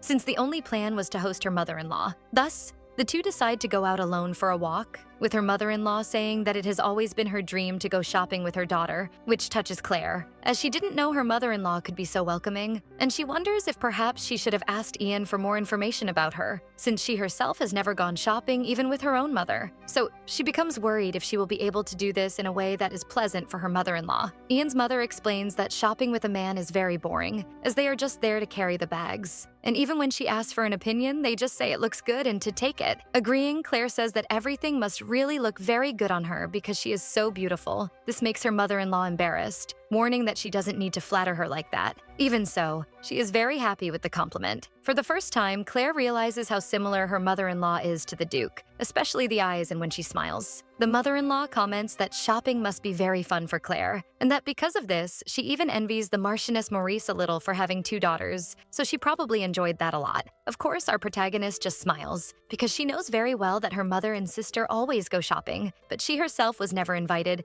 and just watched the two return full of boxes and new clothes. However, talking about this with her mother-in-law will only make the situation more uncomfortable, so the best thing to do is just to enjoy the shopping day for the first time. Claire informs her mother-in-law that she will do her best and stay by her side as long as she needs. The first shopping stop was at a clothing store. The mother-in-law asks if Claire likes this yellow dress. However, the protagonist is confused. After all, she thought the shopping was for her mother-in-law and not for her. And then the lady explains that she finally got a daughter, so that's why it would be very boring for her to shop just for herself. So they wanted to shop together. And seeing a dress with a nice pink fit, the mother-in-law says that this would probably look very beautiful on Claire. Claire thinks it might be a bit too daring, as it has a deep back, showing quite a bit of skin. And apparently, the whole day was about choosing dresses for Claire, where the mother-in-law had her try on several models. The protagonist explains that even if her mother-in-law buys all these dresses, she doesn't have that many occasions to wear them. The Duke's mother explains that Ian has a slow sense for these things, so it would be important for them to stock up as much as possible. Moreover, it was her dream to shop with a daughter, so she is fulfilling that dream now. The next stop was at the jewelry store. Inside the store, the mother-in-law doesn't stop praising your daughter-in-law and say how happy she is to finally have someone who can be called her daughter. And she even adds, saying that her son, not so cute after all, managed to find a kind wife, which is practically a miracle. However, the seller says that the Duke indeed has his popularity, being one of the most sought after in high society. But her mother says that this is just the exterior, and she asks the shop owner, from that moment on, that whenever Claire visits, he treats her as the daughter of the Duchess, which clearly, the seller is not foolish. He greets her saying that he will serve her in the best way possible. After finishing at the jewelry store, they then decide to go to a patisserie, where her mother-in-law knows the delicious sweets they have there, and asks if, by any chance, Claire has something she likes in particular. But the poor girl can't even imagine what each of those sweets would taste like, since she herself has never tried anything of that kind. Her mother-in-law ends up ordering a tart with red fruits, and Claire just decides to repeat the same, so as not to feel embarrassed. Once served, the Duke's mother asks how life is with Ian, and Claire says that he is very kind to her. Then her mother-in-law makes it clear that if she needs anything, she can always count on her mother-in-law, since sometimes it is easier to talk to a woman than to a man. And to end the day, she invites Claire to go to a soiree, which I don't exactly know what it is, but I believe it is a gathering, like an afternoon tea with high society, saying that she will introduce Claire to everyone. This way, she won't feel lost in high society. Claire is very happy with the attention, thanks her, but her mother-in-law says she is a little worried since her daughter-in-law is so kind and gentle. She believes that life with Ian will not be easy, since he is a very stubborn person. Claire wonders if this makes any sense. After all, she does not believe that her husband is a stubborn person. Sometimes he is just very determined, since he himself waited 10 years for someone, and that is not something everyone would do. As soon as she tries the tart, she sees how delicious it is. And her mother-in-law, seeing her reaction, says that these tarts are very special and have a different taste. To which Claire says she didn't know something so delicious existed, and her mother-in-law is happy that she is such an honest girl. And since they are talking about honesty, she decides to open up and tell that at first, when she heard that her son arranged a marriage on his own, and even more so at a time when everyone was very busy. She was a little apprehensive, what Claire totally understands, since everything happened so suddenly, and unlike other marriages, most noble marriages require several procedures and steps that were simply skipped. Probably, her mother-in-law expects her to give a plausible explanation of why this happened, so Claire decides to say that she believes that the marriage was so unexpected and quick because of her, since she was not so loved by her family, to the point that she had never gone shopping with her mother before. And this would be the first time she was experiencing so many beautiful and delicious things like these tarts. And for that reason, she believes that he ended up hastening the marriage to take her out of that house that was not very good. And for that, she apologizes if this caused any problem for her mother-in-law. Totally empathetic, her mother-in-law holds Claire's hand and says it must have been very difficult for her, and that she is very sorry for making her remember such painful memories. Claire even feels a bit embarrassed and says that now everything is fine. After all, she has never been happier. This makes her mother-in-law a little more relieved, but she still knows how Ian doesn't open up much. And besides, he has always been a bit stubborn, even making her question where he inherited that from. Probably, she explains, it was his childhood was always surrounded by adults, and because of that, he developed a habit of always thinking first about what would be best for the Adele family. When, back then, the people around him decided what would be best for him to marry, he took it seriously, which for a moment left his mother a bit worried because she didn't know where this story would lead. But she is happy to see that Claire has become his true wife, and so she asks her to continue taking such good care of her son, which makes Claire very happy with those words. That night, on the same day, Claire starts to tell Duke about some things that happened during her outing with her mother-in-law, saying that she had to make some excuses to justify mainly the speed of the marriage. Duke warns her that she doesn't need to hold any grudges, and moreover, he is very sorry for making her remember those moments she spent in his house. However, Claire is calm. She says that it's no problem if she can use those sad moments as an excuse to show how happy she is now. It's all good. Ian reaffirms that everything is indeed fine, and that she will never have to go through those moments again. And even if people question their marriage, that doesn't matter to him. These words leave the protagonist very moved because her husband cares more about her than she does about herself. And for a moment, she wonders if this is like having an older brother. Oh my God, Claire. No, my daughter. This is like having a husband, not an older brother, my daughter. Oh, poor thing. She then lies down and tells him not to worry since she had an amazing day with her mother-in-law today. He also lies down and says that his mother even mentioned that she would like him to go along next time, but if that is too much for Claire, she doesn't have to go again, which she clearly denies. Saying that she was very happy because it was really the first time she shopped with someone she could call mother. knowing internally that this had always been a wish. That's why she was so happy. Even so, she questions the Duke if she should accept the invitation if her mother-in-law asks again, and he assures her that she should indeed do it, as her mother would love the company. Remembering everything that happened, Claire realized that her mother-in-law accepted her in a very affectionate way, even more than she expected, which made her very happy. But from her words, it seemed that she didn't like the story of the Duke with the princess very much, and if she were to discover the marriage contract they have, all of the Duke's plans would go down the drain. And even though she is an incredible person, Claire only wishes for her husband's happiness. Realizing that he is still awake, she decides to ask if he knew that his mother seems to be a bit against his marriage to the princess, and warns him that she will always be by his side, so he doesn't need to worry about anything. Hearing this leaves the Duke a bit upset, but he doesn't say anything. After all, the poor guy is still trying to understand his feelings for Claire. Finally, the night arrives for the nobility gathering that his mother-in-law invited Claire to attend. She is super happy that the dress they chose that day looks perfect on Claire, and asks what her son thinks about his wife's look. Acting very affectionately, he kisses her forehead and says that she really looks amazing, but questions if it isn't a bit too revealing because of the open back, which his mother-in-law clearly denies, saying that what matters is that it looks perfect on her. Claire questions if it's okay for her to wear this type of dress, since it doesn't seem to match what people are currently wearing in fashion, but her mother-in-law says that it doesn't matter what's in fashion, since Claire is part of the Adele family. So if she wears anything with pride, she doesn't need to follow trends, and instead, she will be the one to set the fashion. Turning to the maid, the mother-in-law decides to choose which accessory Claire will wear today. Since the dress is simpler, the accessories can be bolder. She tries a few, but none seem good enough, until the maid has an idea. The maid's idea was simply to take some flowers from the arrangement and put them in Claire's hair, as if to wrap them around her hair, saying that this would be very elegant. Claire is impressed by the idea, and her mother-in-law says that it really is very beautiful, and that she looks like a princess from a fairy tale. Thus, she orders the other maids to go to the garden to get more flowers to adorn her daughter-in-law's hair. After some time with the leftover flower, the mother-in-law puts the remaining flower in the Duke's pocket, saying that this way it looks absolutely incredible. After all, since they are newlyweds, they should match. However, in my opinion, I didn't really like her hair. I thought it was too much, too many flowers, but that's okay. What matters is that everyone thought it looked very beautiful,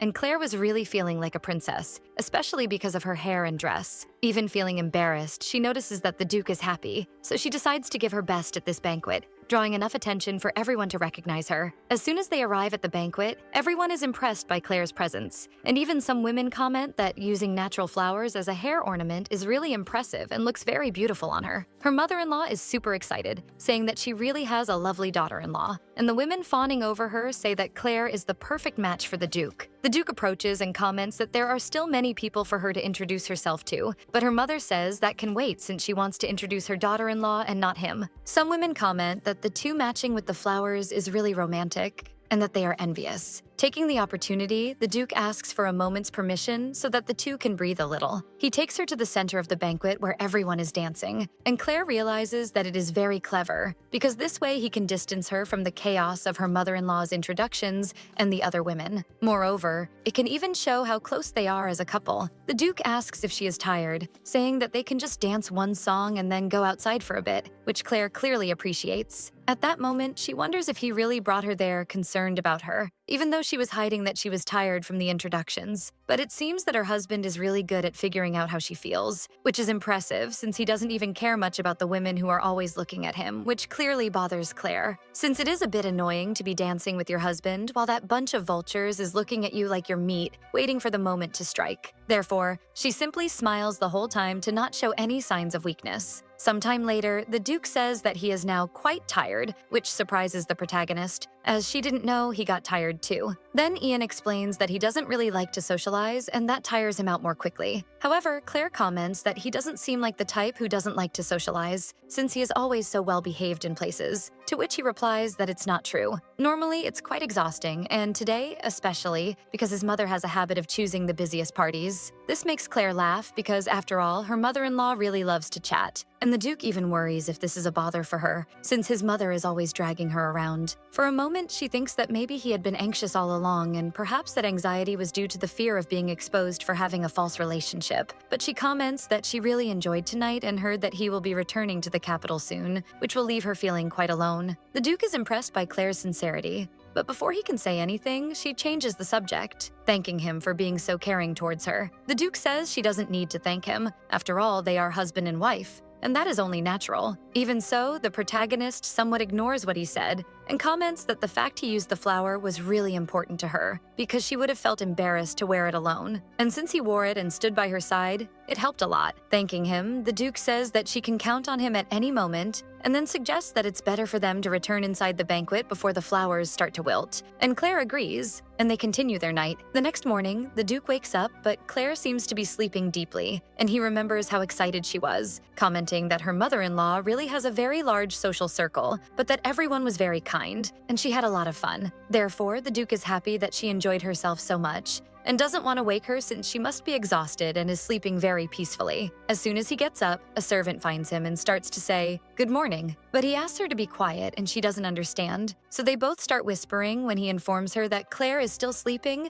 and he would like her to sleep a little longer, which the servant agrees to, saying it's fine and she will wake Miss Claire later. As soon as he arrives at breakfast, he greets his mother, who asks where Claire is. The Duke comments that she is still sleeping and that since his mother has been taking her up and down nonstop, she is probably very tired. His mother says there isn't much to do since she wants to take her to various places and introduce her to many people, especially because Claire doesn't seem very familiar with this. And this way she will be able to make many connections and get used to it while her mother-in-law is around. She also comments that Claire is a great girl, very honest and determined. It's even somewhat hard to believe that she is Mrs. Maurice's daughter, which impresses the Duke, questioning whether his mother has met the Marquise and Marchioness Maurice. His mother comments that she met them when she was younger, but back then she never imagined they would get so deep into debt. The Duke comments that it's even impressive for her to say that, as the Marquis Maurice always seemed like a rather dull person to him. And perhaps, his mother comments, if the eldest son had inherited the family title, they would be in a much better place now,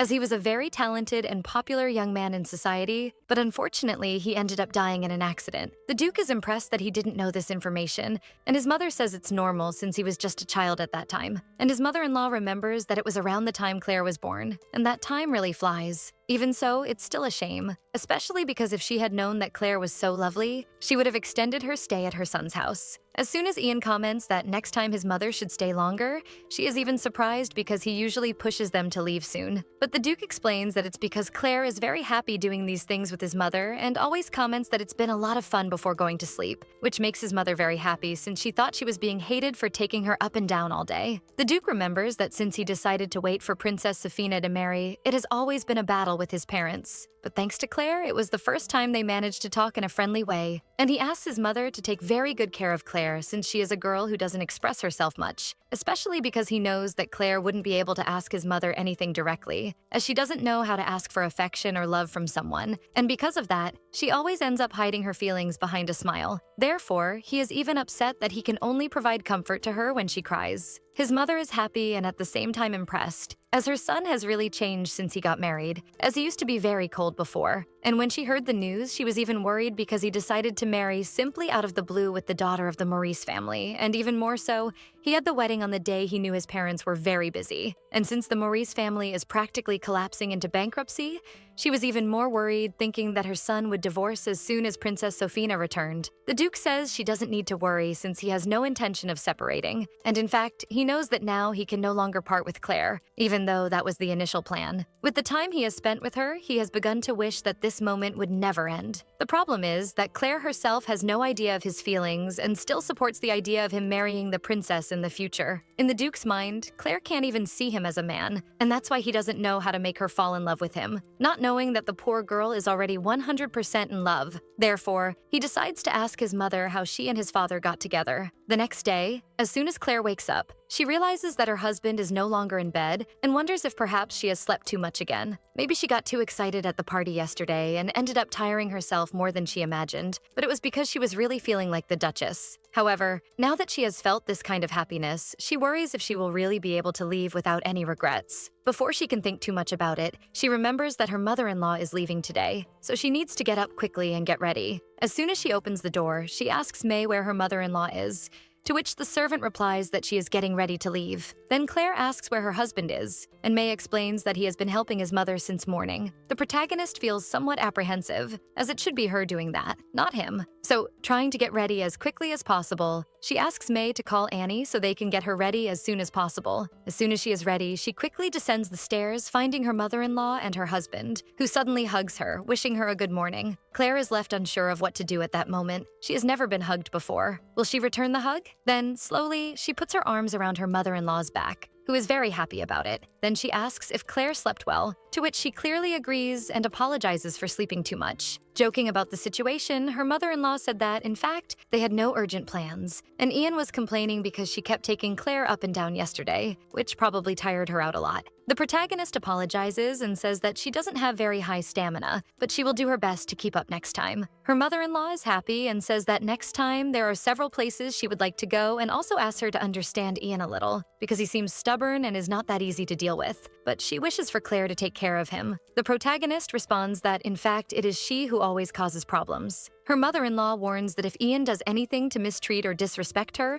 she should come running to tell her mother-in-law. Hearing all this, Duke finally speaks up, placing his hand on Claire's shoulder, saying that he has no intention of mistreating Claire, so she doesn't need to worry. They say their goodbyes, and her mother-in-law says that next time she will bring her husband too. Ian complains, saying that his mother is like a tornado passing through. And Claire, even laughing at the situation, thinks that being with her was really fun. But there was always that tension of fear that their relationship would end up being exposed, and she feels relieved that they managed to hide it from her all this time. Duke tells her to relax a bit today, and asks if she has any plans for tomorrow, which she denies. Since she has nothing planned, he asks if she would like to go out with him tomorrow. This makes the protagonist very happy and at the same time surprised, because it is the first time he is inviting her out, and she wonders if it is a strange place for him to go alone and that's why he needs her to go. Seeing that she hesitated to respond, Ian says that if she doesn't want to go, it's perfectly fine for her to decline. But of course, she says she will go with pleasure. As the next day arrives, the two are already in the carriage. And when they get out of the carriage, Claire is impressed by where they are, in the city center, which seems to be hosting some event, as it is all decorated with flowers. Claire even questions why they went there, since she thought they were going to some kind of high society social event, which is why he needed to take her. And Duke explains that in fact, the flower festival starts today, and he thought Claire would like to see what the festival is like. The protagonist remembers that the flower festival always happened once a year around the capital, but even knowing this information, it was something practically impossible for her to attend. So she informs Duke that it is her first time going to a flower festival, and she is very happy. This surprises him as well, knowing that it is her first time. Claire explains that at her home, she always stayed alone cleaning, and the festival was always very crowded, which makes Duke apprehensive, knowing that she really went through many difficult moments at her home. The protagonist, still unaware of Duke's feelings, is trying to understand why he brought her there, since there is no specific rule that says couples need to go to the flower festival. But before she can come up with more things in her head, he extends his hand, calling her, asking if he would have the honor of escorting her on her first time at the flower festival, which she happily accepts. First, they decide to stop to buy some flowers, and the boy at the shop explains that at the flower festival, everyone decorates their hair or clothes to participate in the festival with flowers. And there is a legend that if a couple buys the same flower together, they will be very happy that year. Claire waits for Duke's response to this information, thinking that maybe they are not a couple that would wish for that kind of happiness. But to her surprise, Duke picks two identical flowers, giving one to Claire and putting one in his pocket. As he places the flower in Claire's hair, he says that it reminds him of the party yesterday, and that the flowers really suit her. Embarrassed, Claire simply thanks him. Ian informs her that there is still a lot for them to do at the festival, but the main street is quite busy, so she should stay close to him so she doesn't get lost. Extending his arm for her to take his hand, they walk together, happily through the festival, and Claire notices that they really attract a lot of attention wherever they go, as everyone is looking at them. Passing by a shop selling what appears to be sweets, Ian comments that it smells very delicious, and Claire is impressed because the flowers are inside something that looks like a lollipop. Ian buys one for both of them, and Claire even feels sorry to eat it because it looks like a jewel. Thus, they enjoyed every moment of the festival and grew closer, even sharing the same cupcake. Duke suggests buying more cupcakes to take as souvenirs for everyone at the mansion, which Claire agrees to. But in fact, she was just embarrassed because he got so close to her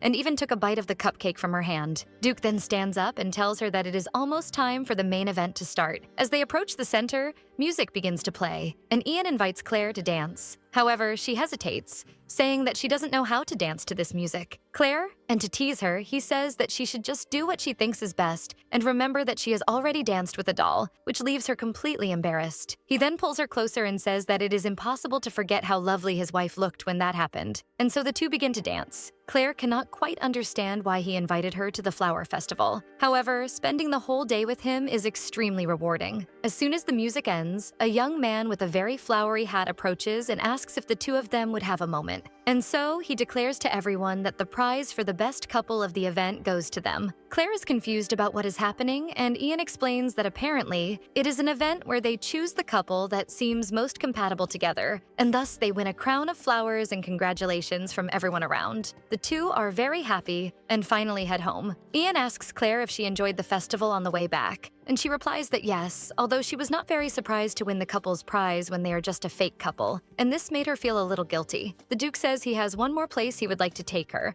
and asks if that is okay with her. Of course she agrees, and they stop at a wonderful location, a park full of flowers, teeming with butterflies. And Ian informs her that this is one of the parks owned by his family. There used to be a mansion in this location, but since it was a bit far from the royal castle, it was moved to another location. Claire is impressed because a park this size must be really difficult to maintain, so she asks why he brought her there. The Duke explains that things have been a bit hectic lately, so he decided to take her to this park for them to have a moment alone. This makes Claire feel embarrassed, but still, she does not believe in his true feelings yet. Ian says that his mother and father used to visit this park several times before they got married, and this was the place where they could spend time together without worrying about what others would say, which makes sense to Claire. After all, they are a very famous family and also very good-looking, so it is normal for them to be recognized everywhere they go. She then asks if this was the place where they fell in love, to which the Duke agrees. And embarrassed, he says that he only heard this story from his mother that morning. In Claire's mind, she is trying to understand why he brought her to this place. If the mother-in-law is already gone, people do not know, only the servants. She cannot imagine that he might actually like her, so she comes to the brilliant conclusion that by bringing her to this place, he is trying to create an image of a happy couple and thus spread rumors. This leaves the Duke very confused. How did she come to that conclusion? But he is very slow and simply says that she is right, all embarrassed. The protagonist then asks if to be more cautious, they should continue sharing the bed for a while longer, which he clearly agrees to, not realizing that they both have not so pure motives. In the following weeks, Claire is impressed that her mother-in-law stayed only a few days, but the impact she made was gigantic. Now, people rarely underestimate her, and everywhere she goes, everyone greets her very kindly, and because of that, she has gotten used to this treatment, until the day came when her sister came to visit her at one of these gatherings. When Claire greets her with a somewhat surprised expression at seeing her, Amelia asks if she, by any chance, forgot about her own sister, and Claire can only notice how extravagant her sister is dressed, probably with the money they got from her wedding. But if they continue like this, they will probably go bankrupt again. To avoid an awkward situation, she replies that it has been a while, and she was just surprised since no one had informed her that her sister would be at this party, because honestly, if she had known, she wouldn't have gone. Clinging to Claire's arm, Amelia pretends to be the best sister in the world,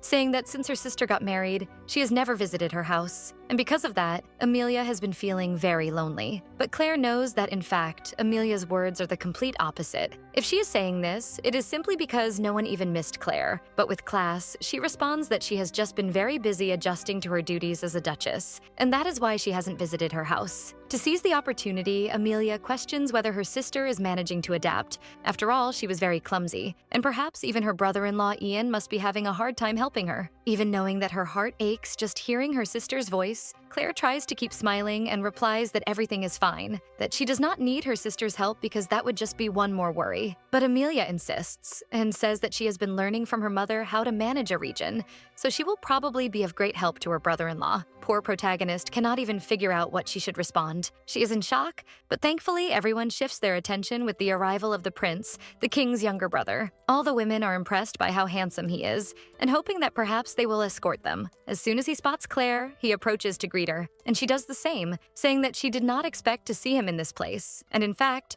feeling more relieved because now she would not have to deal with Amelia anymore. The prince says he showed up because he was close to the woman hosting the event, and Claire remembers that he indeed has several mistresses who are widows and rarely flirts with the new debutantes. However, with the marriage of one of the main figures of high society, which was Duke Ian, Because of that, several young ladies started following the prince more closely. He commented that he had heard his best friend's wife would be present, so he decided to drop by. Amelia didn't miss the chance and introduced herself as Claire's younger sister. The prince replied that for being sisters, they didn't look much alike. All cheerful, Amelia said she took after her mother, while her sister resembled their father more. Then Claire remarked that if he meant she looked dull, he could just say it honestly. She knew the prince didn't mean it in a bad way, but the truth was that Claire didn't resemble her father, grandmother, or mother at all. And if perhaps her eye color looked like someone in the family, maybe her mother would like her more. Interrupting Claire's thoughts, the prince asked if he could have a moment alone with her to walk in the garden. Of course, Amelia wouldn't miss the opportunity and said she had vast knowledge about flowers and would love to accompany them.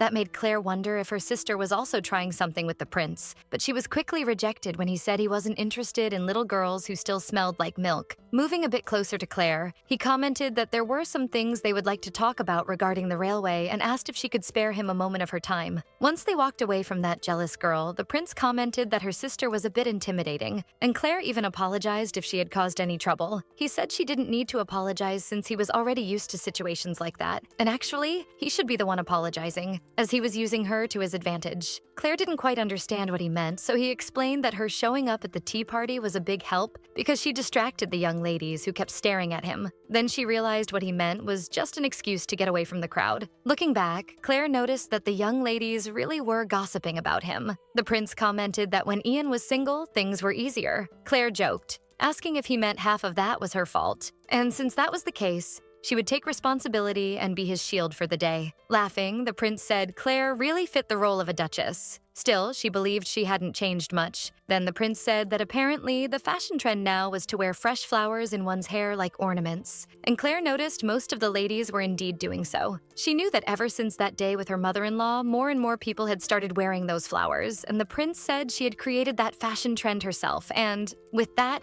had established her place in society. That was why she was a great duchess. But, humble as she was, Claire said that people were just being kind and adjusting to her. For example, the dress she was wearing had been ordered by the Duke, chosen by her mother-in-law, and made without worrying about fashion trends. Once again, the prince told her she really had done things right and didn't need to be modest. After all, if it were something silly, people wouldn't copy it. Claire said she was happy to be of help to Ian, even though the prince said Ian probably didn't care much about those things. Claire knew the Duke was very kind, and that's precisely why she didn't want to be a burden to him. She said that protecting the Duke's position in society was her duty. That made the prince a bit worried, since, after all, in less than a year, Sofina would return and could take away everything Claire had built, but she simply replied that, whether good or bad, none of it ever truly belonged to her. Then the prince said that if he were Ian, he wouldn't make a one-year promise, in fact. He would never let Claire leave his side again. Claire, teasing him, asked if he always seduced women with pickup lines like that. He laughed and said that was a bit cruel since he had never even flirted with any woman in his life. Taking the opportunity, Claire asked if she could hear a bit about the princess and the Duke, since he himself didn't talk much about them. The prince thought for a moment, then said there was once a time when the Duke ran away from home after Sofina went abroad, which surprised Claire. The prince explained that Ian had actually been a troublemaker. It was around the time he became the prince's first royal guard, but he ran away from the appointment ceremony because his only goal was to be named Sofina's warrior. Claire asked what happened afterward, if he tried to flee the country after the princess, but the prince said that wasn't possible as he needed a travel permit to leave the kingdom. So, in the end, Ian came back as if nothing had happened after a few weeks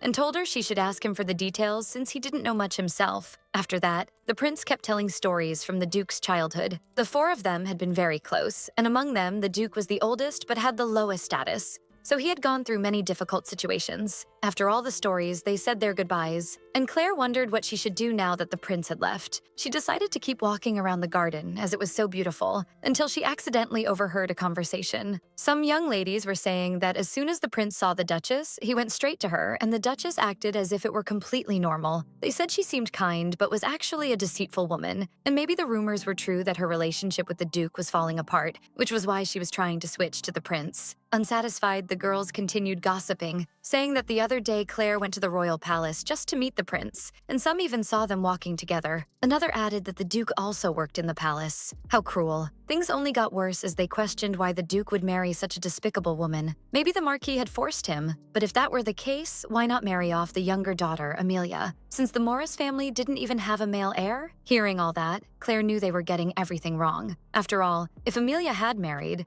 Claire would have inherited the family estate. But that had never been the Maurice family's goal. They always wanted Amelia to inherit everything while Claire was just sold off to pay their debts. To make it worse, the girls wouldn't stop gossiping. One said she heard the reason why the older sister didn't inherit the Maurice house was all part of the Duchess's plan, saying she used to wear old, torn clothes at parties. One girl asked if it wasn't because the Maurice family was poor, but the other said that didn't make sense, since Amelia was always well-dressed. Even as sisters, the difference in their clothing was obvious. Another commented that Claire dressed that way only to attract the Duke's attention and get close to him. Claire couldn't understand why such ridiculous rumors had spread like that, but the girls were determined to speak ill of her. They even said they had heard that the Duchess lied about being mistreated by her parents and sister and used the Duke to marry into nobility. Tired of hearing all that nonsense, Claire began to walk away. At that moment, she heard Amelia asking if her sister was already leaving. Claire replied that she was tired from being out so long. But of course, her sister loudly remarked that Claire had been so absorbed talking with the prince she hadn't paid attention to any of the other ladies. That was all it took for everyone to start thinking the rumor about Claire trying to win over the prince was true. Claire realized then that Amelia was probably the one who had spread all of it, and she started to panic. What could she do to stop it from spreading further? Amelia then said that if her sister wasn't feeling well, she should really go, and that next time it would be nice to visit her at home. Claire smiled and replied that yes, she would, if her husband allowed it. She tried her best to stay calm and keep smiling so no one would notice how anxious she was. That night, still distracted, she was surprised when the Duke called her, saying he had heard she met the prince at the tea party today. Claire was stunned he already knew, and Ian explained that the prince himself had run off bragging about it. He even apologized, saying that because of his friend, she had lost a rare chance to socialize with high society. But Claire said no. She was actually glad to see him. There were so many people that she became nervous, and he helped her. However, still shaken from the day, she stood up and said she was very tired and wanted to rest, which he accepted, not understanding. Claire lay down almost in a fetal position, hugging the dummy when she heard Ian knock on the door asking if he could come in. Of course, she agreed and asked what happened, but he appeared looking all charming, holding 2 wine glasses and a bottle, asking if she wanted to drink a little. Pretending casual intentions, he said he had received that wine as a gift. It looked delicious, and thought it would be a shame to drink it alone. Seeing Claire hesitate, the Duke asked if it bothered her, but actually, he had noticed she seemed strange that day. Claire replied that it was fine. She just wasn't very resistant to alcohol, but since it was with him, she didn't mind. She was impressed that even though she tried to act naturally, Ian still noticed something was wrong. Sitting together, Claire mentioned she heard he once ran away from home, saying the prince told her that story. The Duke said it was fine. Everyone already knew since he had skipped his royal guard inauguration ceremony. He explained it was just a youthful story. He acted impulsively and went to a coastal city. Claire asked if he went alone, and Ian said of course, since if someone had gone with him, they would have stopped him from doing something so foolish. She got excited,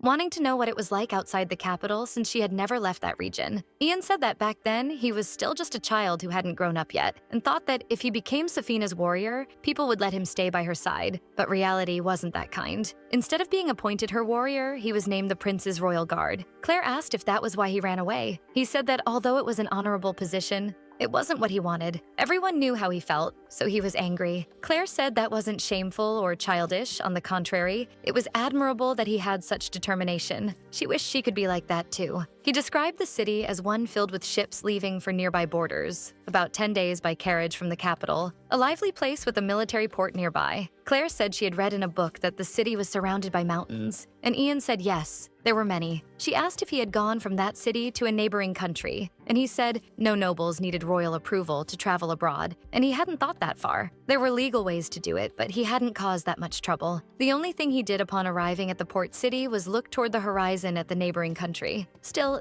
he didn't want to go home. He bought that wine at a nearby market, which impressed Claire since it wasn't an expensive one, and Ian explained he had bought a cheap wine just to get drunk. That day, he wandered around looking for a place with a good view of the other country and found a small inn by a river. It was a fairly large inn, 3 stories high, with an incredible view, and it was cheap. The only rooms available were in the middle of the 3rd floor. When he stepped onto the balcony, the view of the neighboring country was perfect. Claire asked if he drank the wine there, and he agreed. Ian said that in that city, he wasn't the Duke's heir, nor the prince's royal guard. All his life in the capital, he had felt important. For the first time, it felt good to realize he wasn't that special. Changing the subject slightly, Claire asked if the sea was really as blue as in the paintings. Ian said yes. It was blue, but also had shades of red when the sun set, which made her excited to see it someday herself. Maybe when her contract with the Duke ended, she could move to such a city with the money she'd receive, saying goodbye to high society for good. Ian mentioned that the Ader family had an estate with a sea view,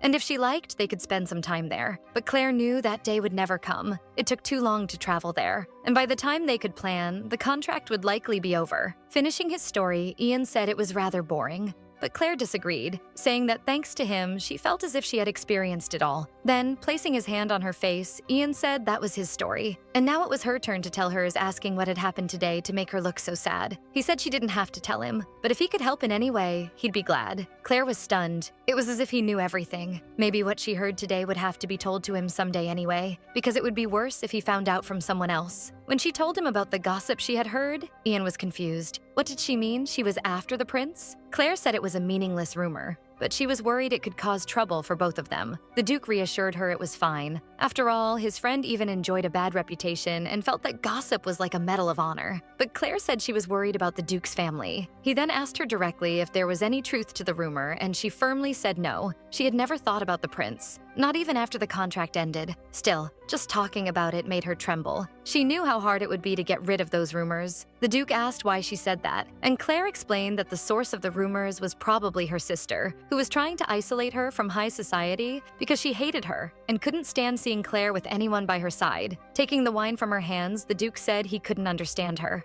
At one moment, she was determined, solving much bigger problems as the Duchess without even blinking, and the next, she was trembling with anxiety. So who was the real Claire? That made her wonder too. She had never thought about it, because if she ever showed even a small weakness, the rug could be pulled from under her. That was the world she had always lived in. Answering him, she said that even she didn't know the answer. He said that someone as smart as her could easily deal with a small rumor her sister created. But Claire said that ever since she was little, she had always been weak with her family. Maybe enduring it for so long had become a habit. Even though she knew her family never loved her, she always dreamed of having a loving family, and maybe held a small hope that if she were useful somehow, they would finally accept her. Before she could finish, the Duke pulled her into his arms, hugging her. Caught off guard, Claire tried to pull away, but Ian told her she didn't have to force a smile, and pulling her close again, said it was okay to cry when she was sad. Claire tried to hold back her tears because she knew crying wouldn't solve anything, but for some reason, she couldn't control herself. Ian held her hands, telling her not to rub her eyes like that and just let the tears fall. But all Claire could think was that she had to do everything she could to stop crying and not be a bother. She apologized with a smile, saying she didn't even know why she was crying. Ian told her that crying was a way to ease emotions, and that alone was reason enough. Pulling her close again, he said he would lend her his shoulder whenever she needed it, which only made her cry even harder, uncontrollably, thinking that she was sorry, but just for today, she wanted to accept his kindness.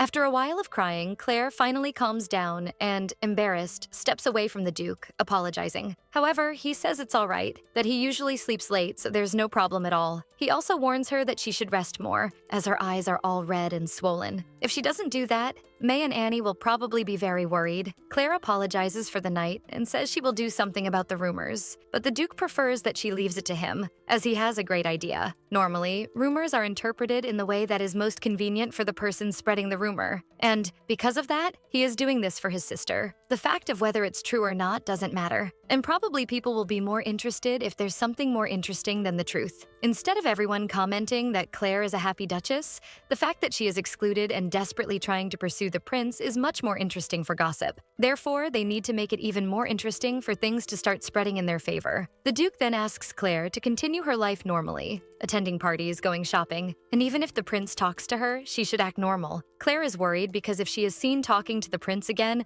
it might worsen the rumors even more. But the Duke makes it clear that this is part of his plan, and the bigger the rumor gets, the bigger the twist will be when everything becomes clear. So, she just needs to pretend that she is handling all this gossip. Even though Claire doesn't quite understand what Ian's plan is, she decides to trust him and just follow what he is saying. Still, to try to comfort her, he says that she doesn't need to be so tense about it. Just be confident, since she hasn't done anything wrong. But the poor girl is so in love that the only thing she can think about is that every time he strokes her hair with his hands, it makes her heart warm and gives her a feeling of security. Finally, the Duke asks what Claire wants him to do with the woman who made her suffer so much. Perhaps he could even steal the title from Marquis Maurice and give it to Claire. Upon further thought, maybe that would be a bit tedious, since Claire has endured for so many years and is still having to endure more humiliation. The Duke keeps trying to think of a way to take revenge, which makes Claire see a new side of him, as he is usually very kind and affectionate. She has never seen him make an expression like that. He is probably someone you wouldn't want as your enemy. And as soon as she calls him by name, he returns with his nice and gentle face. The protagonist says that she just needs the rumors to stop so he doesn't need to worry about revenge. But the Duke thinks that if he just does that, Amelia will surely do something again. And if she wants revenge,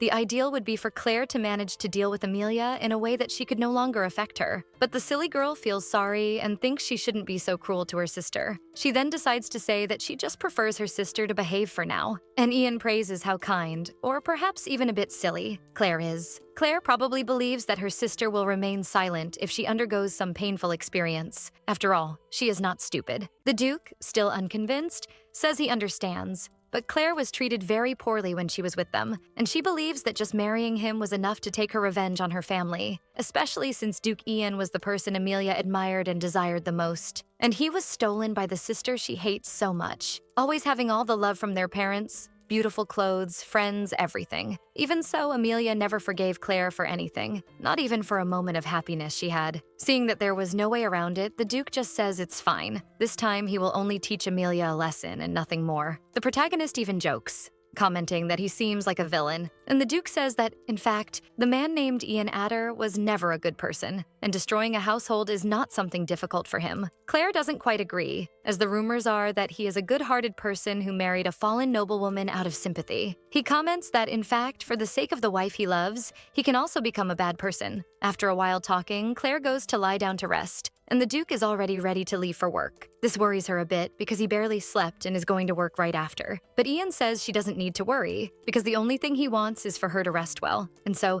he leaves for work while Claire lies embarrassed in bed. She realizes that she is always causing problems for her husband and that she cannot continue like this. She also needs to become stronger, but she decides to do this now instead of resting and calls for Annie, asking for all the invitations that have arrived recently. Obviously, the two maids notice that Claire's eye is completely swollen and red. May even worries that it was something the Duke did, but Annie says that makes no sense given how the two are. Annie comments that it might even be better for the Duchess to stay in her room today, and she will bring the food. And Claire says that the Duke said the same thing, so her eyes must be really bad. Annie, handing over the food, says that next time the Duchess should call someone to help with her eyes before they reach this level. Noticing that Claire is looking at all the invitations for parties, Annie asks if she is going to more parties. The Duke responds that he intends to appear more often in high society, especially because she knows that Amelia will make a point of participating even more to spread rumors. And if she goes, it might help not to spread them too much. At that moment, she realizes that it's even strange. She was so scared before, and now she feels so motivated and fearless. Questioning whether this was because the Duke accepted her tears, and remembering that moment they shared at night, she instantly turns all red. Ian even finds it strange and asks what's happening. But of course, Claire hides it. A few days later, while Claire and the Duke are walking through the mansion, she notices that since that day she cried a lot on his shoulder, it seems he has changed a bit in how he treats her. And as soon as he notices she is staring,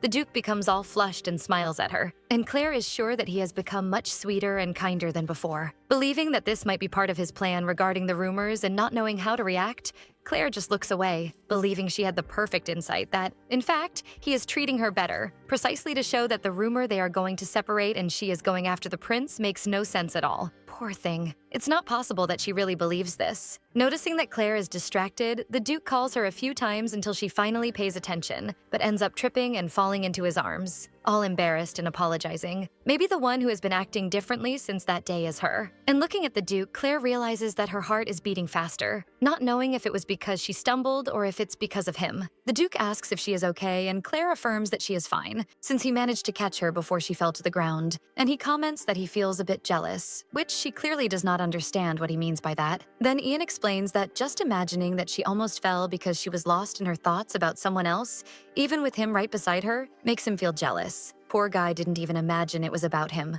Meanwhile, Claire thinks this is just an act he is putting on. Trying to find out what Claire was thinking, he insists a bit more, but obviously she changes the subject and says they need to get back to the room soon. Even so, the Duke pulls Claire closer to him and says they will only go if she tells him what she was really thinking, until she tries to avoid the situation. But since there's no way out, she ends up saying it's because the Duke is very popular. And then the ladies end up looking at Claire with prejudice, since being the wife of someone like him is not easy at all. Embarrassed after finally revealing what she was really thinking, Claire tries to change the subject, saying it's nothing important for him to forget what she just said. Ian kisses Claire on the head and tells her that she will go to a party today, a tea party, and that she should have a lot of fun. Poor thing can barely hold it together. Her little heart is about to explode, but she believes that all of this is just an act. Already at the tea party, Claire realizes that this event was something she always wished for when she was the daughter of the Marquis. But in reality, it's just a place full of gossip and bad talk about someone. The ladies are commenting on the prince's life again, saying that he is once again interested in widows, and that it's even strange how often he changes partners. This starts to make Claire a bit uncomfortable.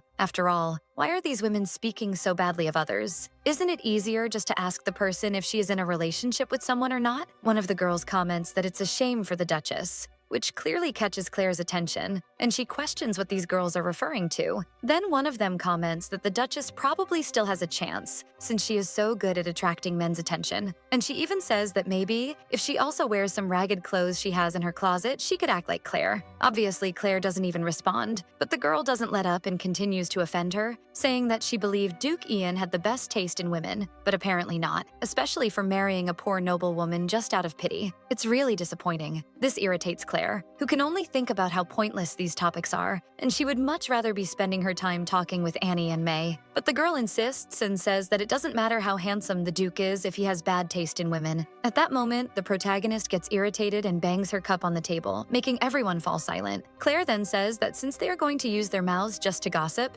maybe next time they should write that on the invitation. Obviously, the girls just brush it off, saying that this is not gossip and that they just want to help the Duchess. After all, things are not going very well with the Duke, and since they are not very good with words, maybe there was a misunderstanding. Claire responds that if they want to speak ill of her, that's fine. She doesn't care. However, the moment they start to speak ill of her husband, then the story changes, as he is not at all what they wrote. Standing up, she tells the girl to retract her words, and if she can't do that, Claire will probably have to use her power as a duchess. The butler interrupts the situation, saying that Duke Adder has just arrived, and as he enters, everyone is dazzled by his beauty. Questioning what brings him to a tea party, the Duke explains that he came to fetch his wife. Claire is even surprised because she didn't expect him, and he explains that since he finished work early, he would like to ask Claire to go out with him on a date. Believing that this is all a setup, as always, Claire says that next time he can talk to her in advance, but the Duke insists that he wanted to surprise her, although he didn't expect to be surprised himself, which leaves Claire confused. Then he comments that it was precisely because he heard someone saying that if they speak ill of her husband,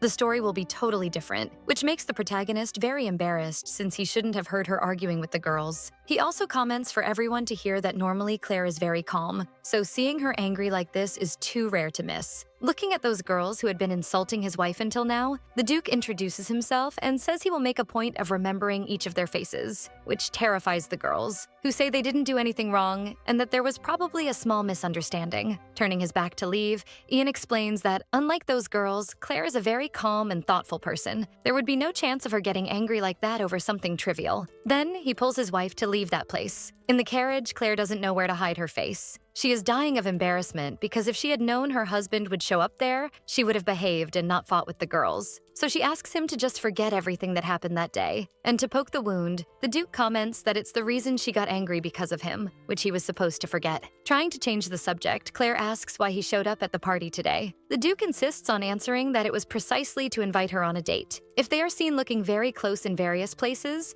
people will probably realize that the rumors are nothing but lies. And as soon as that happens, Amelia will probably become desperate and try something else. And it is at this moment that he manages to confuse the girl's mind even more. Why don't you just say you like her? Oh my God. After that tea party, the Duke took Claire to several places. Museums, gardens, restaurants, and thus they showed everyone how close they are, trying everything to dispel those rumors. And as planned, things improved a lot, and everyone commented on how close they were wherever they went. Claire, even though she has been married to the Duke for a while, is still shocked at how he attracts attention everywhere they go, and she can only think that probably all of this will end in a few months and she will no longer be the center of attention. At dinner, the Duke comments that he heard from his butler that the rumors are now practically non-existent, and Claire says it's all thanks to him, commenting that he has been finishing work quite early in recent days. The Duke says that all the other colleagues were worried about Claire because of the rumors, so they were more than happy for the Duke to leave early, saying that everyone would be very happy if she visited him again. Changing the subject, the Duke comments about a party that will take place in 3 days. Claire agrees, saying she also thinks Amelia will probably show up. Now that all the rumors have been dispelled, something will probably happen. And the poor girl can only think that with him being so kind the way he is, it only makes her have the wrong idea about the situation more and more, and she tries everything to suppress her feelings. A person approaches, apologizing for interrupting, but thanks the Duke and Duchess for appearing at the restaurant today, and comments that they received a very good wine today. And as a form of gratitude, he would like to offer a glass to the couple. The Duke promptly declines, saying that his wife does not drink wine, and the young man simply apologizes and leaves. Claire is impressed that the Duke said this and questions why he thinks she doesn't like wine. Even though he is not 100% wrong, she never said she didn't like it. But Ian says that just by observing her,